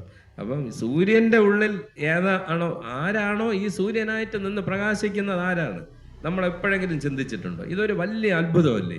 ഈ സ്പേസിൽ ഇത്രയും ഭാരമുള്ള, ഇത്രയും ചൂടും വെളിച്ചമുള്ള ഒരു സാധനം നിന്ന് പ്രകാശിക്കുകയാണ്. ആരാണ് ഇങ്ങനെ നിന്ന് പ്രകാശിക്കുന്നത്? അത് ഞാൻ തന്നെ എന്ന് പറയുമ്പോൾ അത് നമ്മളെങ്ങനെ ശരിയാവും? നമ്മളിൽ നിന്ന് തുടങ്ങണം. ഇപ്പോൾ നമ്മൾ ഇവിടെ ഇത്രയും പേരിയ്ക്കുന്നു. എന്നെ ഇവിടെ നിലനിർത്തിയിരിക്കുന്ന ഊർജം, എൻ്റെ പിന്നിലെ ഊർജവും നിങ്ങളുടെ പിന്നിലെ ഊർജവും രണ്ടാണോ ഒന്നാണോ? അത് വ്യത്യാസമുള്ളതാണോ? ഒരേ ഊർജം തന്നെയാണോ? നമ്മളെ ഒരേ ഊർജം. ഇനി നമ്മളെ മനുഷ്യരെ നിലനിർത്തിയിരിക്കുന്ന ഊർജവും വൃക്ഷങ്ങളെ നിലനിർത്തിയിരിക്കുന്ന ഊർജവും രണ്ടാണോ ഒന്നാണ്? ഇനി മനുഷ്യരെയും വൃക്ഷങ്ങളെയും നിലനിർത്തിയിരിക്കുന്നതും പക്ഷി മൃഗാദികളെ നിലനിർത്തിയിരിക്കുന്ന ഊർജവും രണ്ടാണോ ഒന്നാണ്? നമുക്ക് എവിടെ നിന്നാണ് ഈ ഊർജങ്ങൾ? ഭൂമിയിൽ നിന്നാണ്, അല്ലേ? വൃക്ഷങ്ങൾ ഭൂമിയിൽ നിന്നാണ്. ആ വൃക്ഷങ്ങളിൽ നിന്നാണ് നമുക്ക് ഊർജം കിട്ടുന്നത്. അപ്പം ഈ ഭൂമി നിലനിർത്തിയിരിക്കുന്ന ഭൂമിക്ക് പിന്നിലെ ഊർജവും നമുക്ക് പിന്നിലെ ഊർജവും രണ്ടാണോ ഒന്നാണ്? ഒന്നാണെന്നതിന് സംശയമില്ലല്ലോ. ഈ ഭൂമിക്ക് എവിടെ നിന്നാണ് ഊർജം? സൂര്യനിൽ നിന്ന്. ഇപ്പൊ സൂര്യൻ അവിടെ ഇല്ല, ഭൂമിയിൽ എന്തെങ്കിലും കർമ്മം നടക്കുമോ? ഇല്ല. അപ്പൊ ആ സൂര്യന്റെ പിന്നിലെ ഊർജവും നമ്മുടെ പിന്നിലെ ഊർജവും ഒന്ന് തന്നെയാണ്, അല്ലേ? അതിന് പിന്നിലെ ആ പരമസത്യത്തിന് മാറ്റമില്ല. അതാണ് നിന്നിൽ നിൽക്കുന്ന പുരുഷാകൃതി ഏതാണ് അതാണ് ഞാൻ എന്ന് ഉപനിഷത്ത് പറഞ്ഞിരിക്കുന്നത്. ഇനി അതിൽ സംശയമുണ്ടോ? ഇത്രയും നമ്മൾ ഒന്ന് പരിശോധിക്കണം. പ്രാണൻ പോം അന്തരാത്മാവിൽ പിൻപു നീറാകുമീയുടൻ, അല്ലേ? ഈ പ്രാണൻ നമ്മൾ പറയില്ലേ, പ്രാണൻ എന്ന് പറയുന്നത് എന്താണ്? പ്രാണൻ എന്ന് നമ്മൾ പറയാം. ഈ വായുവിനെ നമുക്ക് പ്രാണൻ എന്ന് പറയാം. നമ്മുടെ ഈ പറഞ്ഞ ഊർജം അത് പോയി കഴിഞ്ഞാൽ പിന്നെ ആരെങ്കിലും, നമ്മുടെ എത്ര പ്രിയപ്പെട്ടവരാണെങ്കിലും പ്രാണൻ പോയി കഴിഞ്ഞാൽ നമ്മൾ വെച്ചേക്കൂ. അതെന്താണ്? അത് നമ്മുടെ ഇപ്പം ഒരു സ്ത്രീയെ സംബന്ധിച്ച് ഭർത്താവ്, അല്ലെങ്കിൽ പുരുഷനെ സംബന്ധിച്ച് ഭാര്യ. ഭർത്താവ് മരിച്ചു കിടക്കുകയാണ്. ആരെങ്കിലും പറയൂ ഇത് എൻ്റെ ഭർത്താവാണെന്ന്? ഭർത്താവിൻ്റെ ശരീരം എന്നല്ലേ പറയുള്ളൂ. പിന്നെ അടുത്ത ചിന്ത എന്താണ്? ഇതിനെ എത്രയും പെട്ടെന്ന് എടുത്ത് കുറേ നിലവിളിയൊക്കെ വിളിക്കും. അത് കഴിഞ്ഞിട്ട് കൂടിയിരുന്ന് വെടി പറഞ്ഞ് ചിരിക്കുകയും ചെയ്യും. ശ്രീനാരായണ ഗുരുദേവന് 5 വയസ്സുള്ളപ്പോൾ വീട്ടിലൊരു മരണം നടന്നു എന്നാണ് പറയുന്നത്. അപ്പോൾ ഗുരു 5 വയസ്സേ ഉള്ളൂ. ഈ കുട്ടി നോക്കിയപ്പോൾ എല്ലാവരും നിലവിളി. പിറ്റേ ദിവസം നോക്കിയപ്പോൾ എല്ലാവരും പൊട്ടിച്ചിരിക്കുകയാണ്. അങ്ങനെ ഗുരു ഇറങ്ങിപ്പോയി ഒരിടത്ത് ഏകാന്തതയിൽ പോയി ഇരുന്നു. അപ്പോൾ എല്ലാവരും നോക്കിയപ്പോൾ കുട്ടിയെ കാണാനില്ല. പോയി നോക്കിയപ്പോൾ അന്നൊക്കെ കാട് പോലത്തെ പ്രദേശം, അവിടെ ഒരു മരത്തിൻ്റെ ചുവട്ടിലിരിക്കുകയാണ്.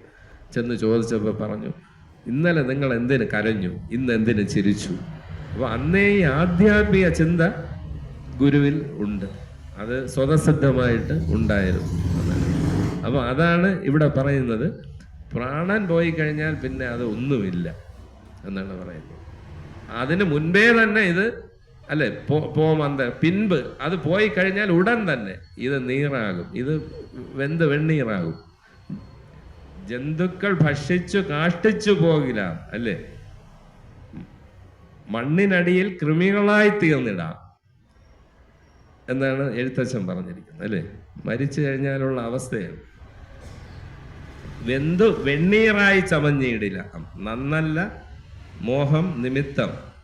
ഈ മോഹം കൊണ്ട് നടന്നിട്ട് ഒരു കാര്യവുമില്ല. ഏതൊരുവനും 6 അടി മണ്ണേ വേണ്ടു.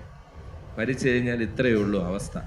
അതുകൊണ്ട് എന്ത് ചെയ്യാനാണ് ഉപനിഷത്ത് ഇനി പറയുന്നത്? ഉപദേശമാണ്. ഓമെന്ന് നീ സ്മരിക്കാത്മൻ എന്നാണ്. എന്താ ഈ ഓംകാരം? നമ്മൾ ഒരുപാട് കേട്ടിട്ടുള്ളതാണ്. ഓം ഓം പ്രണവം. പ്രണവം എന്ന വാക്കിൻ്റെ അർത്ഥം പ്ര എന്ന് വെച്ചാൽ പുതിയതെന്നാണ്. അല്ല, ചിന്തിക്കുക എന്നാണ്. നവം എന്ന് വെച്ചാൽ പുതിയത്. ചിന്തിക്കും തോറും പുതിയ അർത്ഥം വരുന്നതെന്ന്. അപ്പം എന്താണ് ഈ ഓം? നമ്മളെല്ലാവരും ഓം മന്ത്രത്തിൽ. അപ്പം ഒരിക്കൽ ഒരാൾ, ബാലകൃഷ്ണൻ സാറ് തന്നെ എന്നോട് പറഞ്ഞാണ്, ഒരാൾ സാറിനോട്, സാറേ ഈ ഓം എല്ലാവരും പറയാൻ പാടില്ല, പറഞ്ഞാൽ നാക്കിൽ ക്യാൻസർ വരും. അപ്പോൾ ഈ ഓമിനെ കുറിച്ചാണ് ഏറ്റവും തെറ്റിദ്ധാരണ. ഈ മന്ത്രത്തിൽ ഓം പറയാമോ, അതിൽ കൂടെ ഓം ചേർക്കാമോ? അപ്പോൾ എന്താണ് ഓം എന്ന് പറഞ്ഞാൽ? നമ്മളെ ഏത് ഭാഷയിൽ, ലോകത്ത് മനുഷ്യൻ സംസാരിക്കുന്ന ഏത് ഭാഷയിൽ പറയാനായി ആദ്യം നമ്മൾ എങ്ങനെയായിരിക്കും? വാ തുറക്കും അല്ലേ? അത് ആ എന്ന് തുറന്നിട്ട് ഏതൊരു ഭാഷയിൽ ഏത് വാക്കും പറയാൻ കഴിയും. അല്ലാതെ ആർക്കെങ്കിലും കഴിയും? എന്ത് പറയാനാണെങ്കിലും ആദ്യം വാ തുറക്കണം, അത് ആ. തിരിച്ച് പറഞ്ഞ് അവസാനിക്കുമ്പോഴോ തന്നെ. ഇതിനിടയ്ക്കുള്ളതിനെ ഊ എന്നാണ്, എല്ലാത്തിനെയും ചേർത്ത് ഊ. അപ്പൊ ആ ഊ, അമ്മിന് മാ എന്നാണ് സംസ്കൃതത്തിൽ പറയുന്ന. അകാരം, ഉകാരം, മകാരം. മകാരം എന്ന് പറയുന്ന അം, അത് മൂന്നും ചേർന്നതാണ് ഓം. അപ്പോൾ ആ എന്നുള്ളത് ആ, ഉ, അം. ആ വേണമെങ്കിൽ സൃഷ്ടി എന്ന് പറയാം. ഉ അതിനിടയ്ക്കുള്ള സ്വപ്നം, അം സംഹാരം. ഇത് ചെന്ന് ലയിക്കുന്ന. അപ്പം ഓംകാരം നമ്മൾ നീട്ടി ഉച്ചരിക്കുമ്പോൾ ഓം എന്ന് 4 മാത്ര കൊണ്ട് നമ്മൾ പറയുകയാണ് നീട്ടി. ഇത് അവസാനം ഇപ്പം നമ്മൾ മണി അടിക്കുമ്പോൾ ഓംകാരമാണ് കേൾക്കുന്നത്. അപ്പം അമ്പലത്തിൽ മണി എന്തിനാണ് വെച്ചിരിക്കുന്നത്? ഈ നോർത്ത് ഇന്ത്യയിലൊക്കെ ധ്യാനിക്കാനിരിക്കും അമ്പലത്തിൽ. അപ്പം ആരെങ്കിലും വന്ന് മണി അടിക്കുമ്പോൾ ഈ മണി ശബ്ദത്തിനെ ധ്യാനിക്കും. ഇത് എവിടെ ചെന്ന് അവസാനിക്കുന്നു? അത് അവനവൻ്റെ ആത്മാവിലാണ്. ഈ ഓം നീട്ടി ഉച്ചരിച്ചു കഴിഞ്ഞാൽ അവനവൻ്റെ ബോധത്തിൽ, ആത്മാവിലെത്താം. അതിനെയാണ് അമാത്ര. ഇത് 3 മാത്രകൾ, ആ, ഉ, അം എന്ന് വെച്ചാൽ മാ, ആ, ഉ, മാ. അവസാനത്തത് അമാത്ര, മാത്ര ഇല്ലായ്മയിലേക്ക് ഇത് ചെല്ലും. ആയ ജാഗ്രത അവസ്ഥ, നമ്മൾ ഉണർന്നിരിക്കുന്ന അവസ്ഥ. ഊ ആണ് സ്വപ്നാവസ്ഥ. അം എന്ന് പറയുന്നത് നമ്മളെല്ലാം ലയിച്ച് സുഷുപ്തി, ഗാഢ സുഷുപ്തി. അതിനും അപ്പുറത്തുള്ളതാണ് തുരീയം എന്ന് വെച്ചാൽ 4ാമത്തേത് ആണ് ഈ മോക്ഷാവസ്ഥ. അപ്പം ഈ അർത്ഥം മനസ്സിലാക്കിക്കൊണ്ട് ഓംകാരം നമ്മൾ സ്മരിച്ചു കഴിഞ്ഞാൽ, നമ്മൾ ഉപാസിച്ചു കഴിഞ്ഞാൽ ഈ മോക്ഷത്തിലെത്താം. അതാണ് ഓമെന്ന് നീ സ്മരിക്കാത്മൻ. ഇത് സ്മൃതിയാണ്, സ്മരിക്കാനാണ് പറയുന്നത്. നമ്മളെ സ്മരണത്തിലൂടെയാണ് നമുക്ക് എല്ലാം തിരിച്ച് കിട്ടുന്നത് എന്നാണ് പറയുന്നത്. അപ്പോൾ ശ്രുതിയും സ്മൃതിയും ഉണ്ട്. അതിപ്പോൾ നമ്മൾ സിമ്പിളായിട്ട് പറഞ്ഞാൽ, ഈ ഇപ്പോഴൊക്കെ വീടുകളിലില്ല, പണ്ട് ഈ തള്ളാക്കോഴി ഒരുപാട് ചെറിയ കുട്ടികളുമായിട്ട് ചിക്കിച്ചകഞ്ഞ് നടക്കും. അപ്പോൾ ഒരു പരുന്തിനെ കണ്ടാൽ ഈ തള്ളാക്കോഴി ഒരു ശബ്ദം പുറപ്പെടുവിക്കും.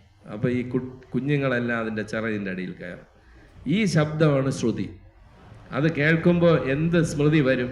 ഈ കുഞ്ഞുങ്ങൾക്ക് പരുന്തിൻ്റെ സ്മൃതി വരും. അതുപോലെ ഈ ഉപനിഷത്തിനെ പറയുന്ന ശ്രുതി പ്രസ്ഥാനം എന്നാണ്. ഉപനിഷത്ത് പറയുന്ന ഈ ശ്രുതി കേൾക്കുമ്പോൾ നീ ബ്രഹ്മമാണ് എന്ന് പറയുമ്പോൾ നമുക്ക് ആ ഓർമ്മ തിരിച്ചു വരും.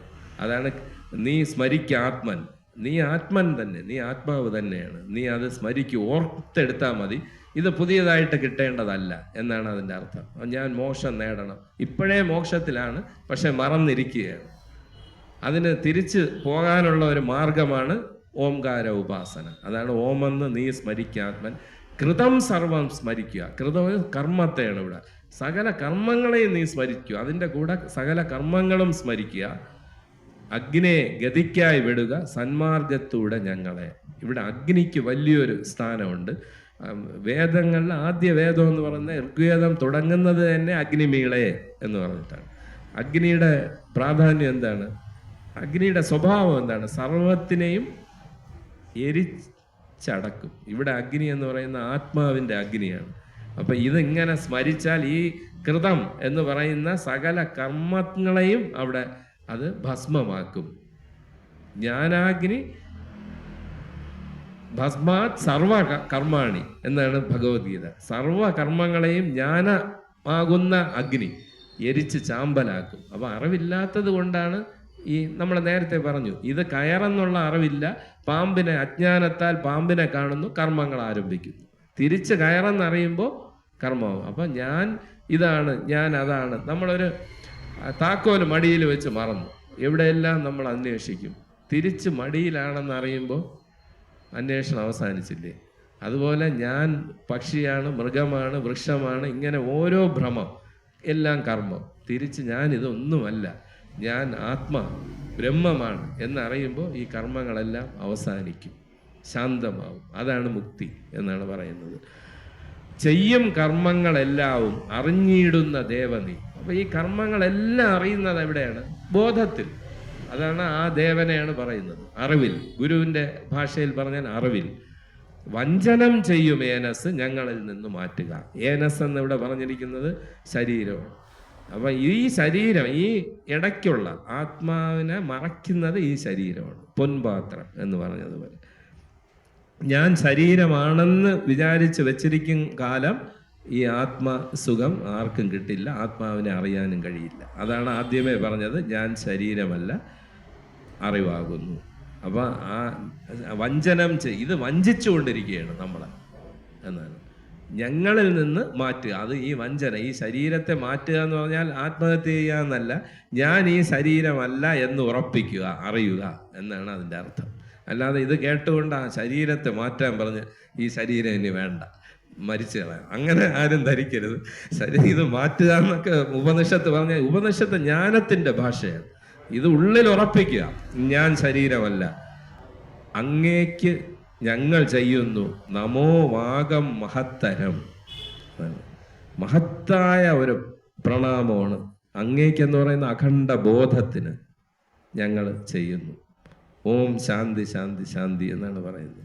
3 പ്രാവശ്യം എന്തുകൊണ്ടാണ് ശാന്തി പറയാൻ കാരണം? ഈ നമ്മുടെ ഭാരതീയ തത്വചിന്ത അല്ലെങ്കിൽ ഇന്ത്യൻ ഫിലോസഫി ഉണ്ടായത്, വെസ്റ്റിൽ ഇതുണ്ടായത് out of wonder or curiosity. ഒയ്യോ ഈ പ്രപഞ്ചം എന്താണ്, ഇതെന്തെന്ന് അറിയണം, ഇതിൻ്റെ അങ്ങനെ. ഇവിടെ അങ്ങനെ അല്ലെന്നാണ് പറയുന്നത്.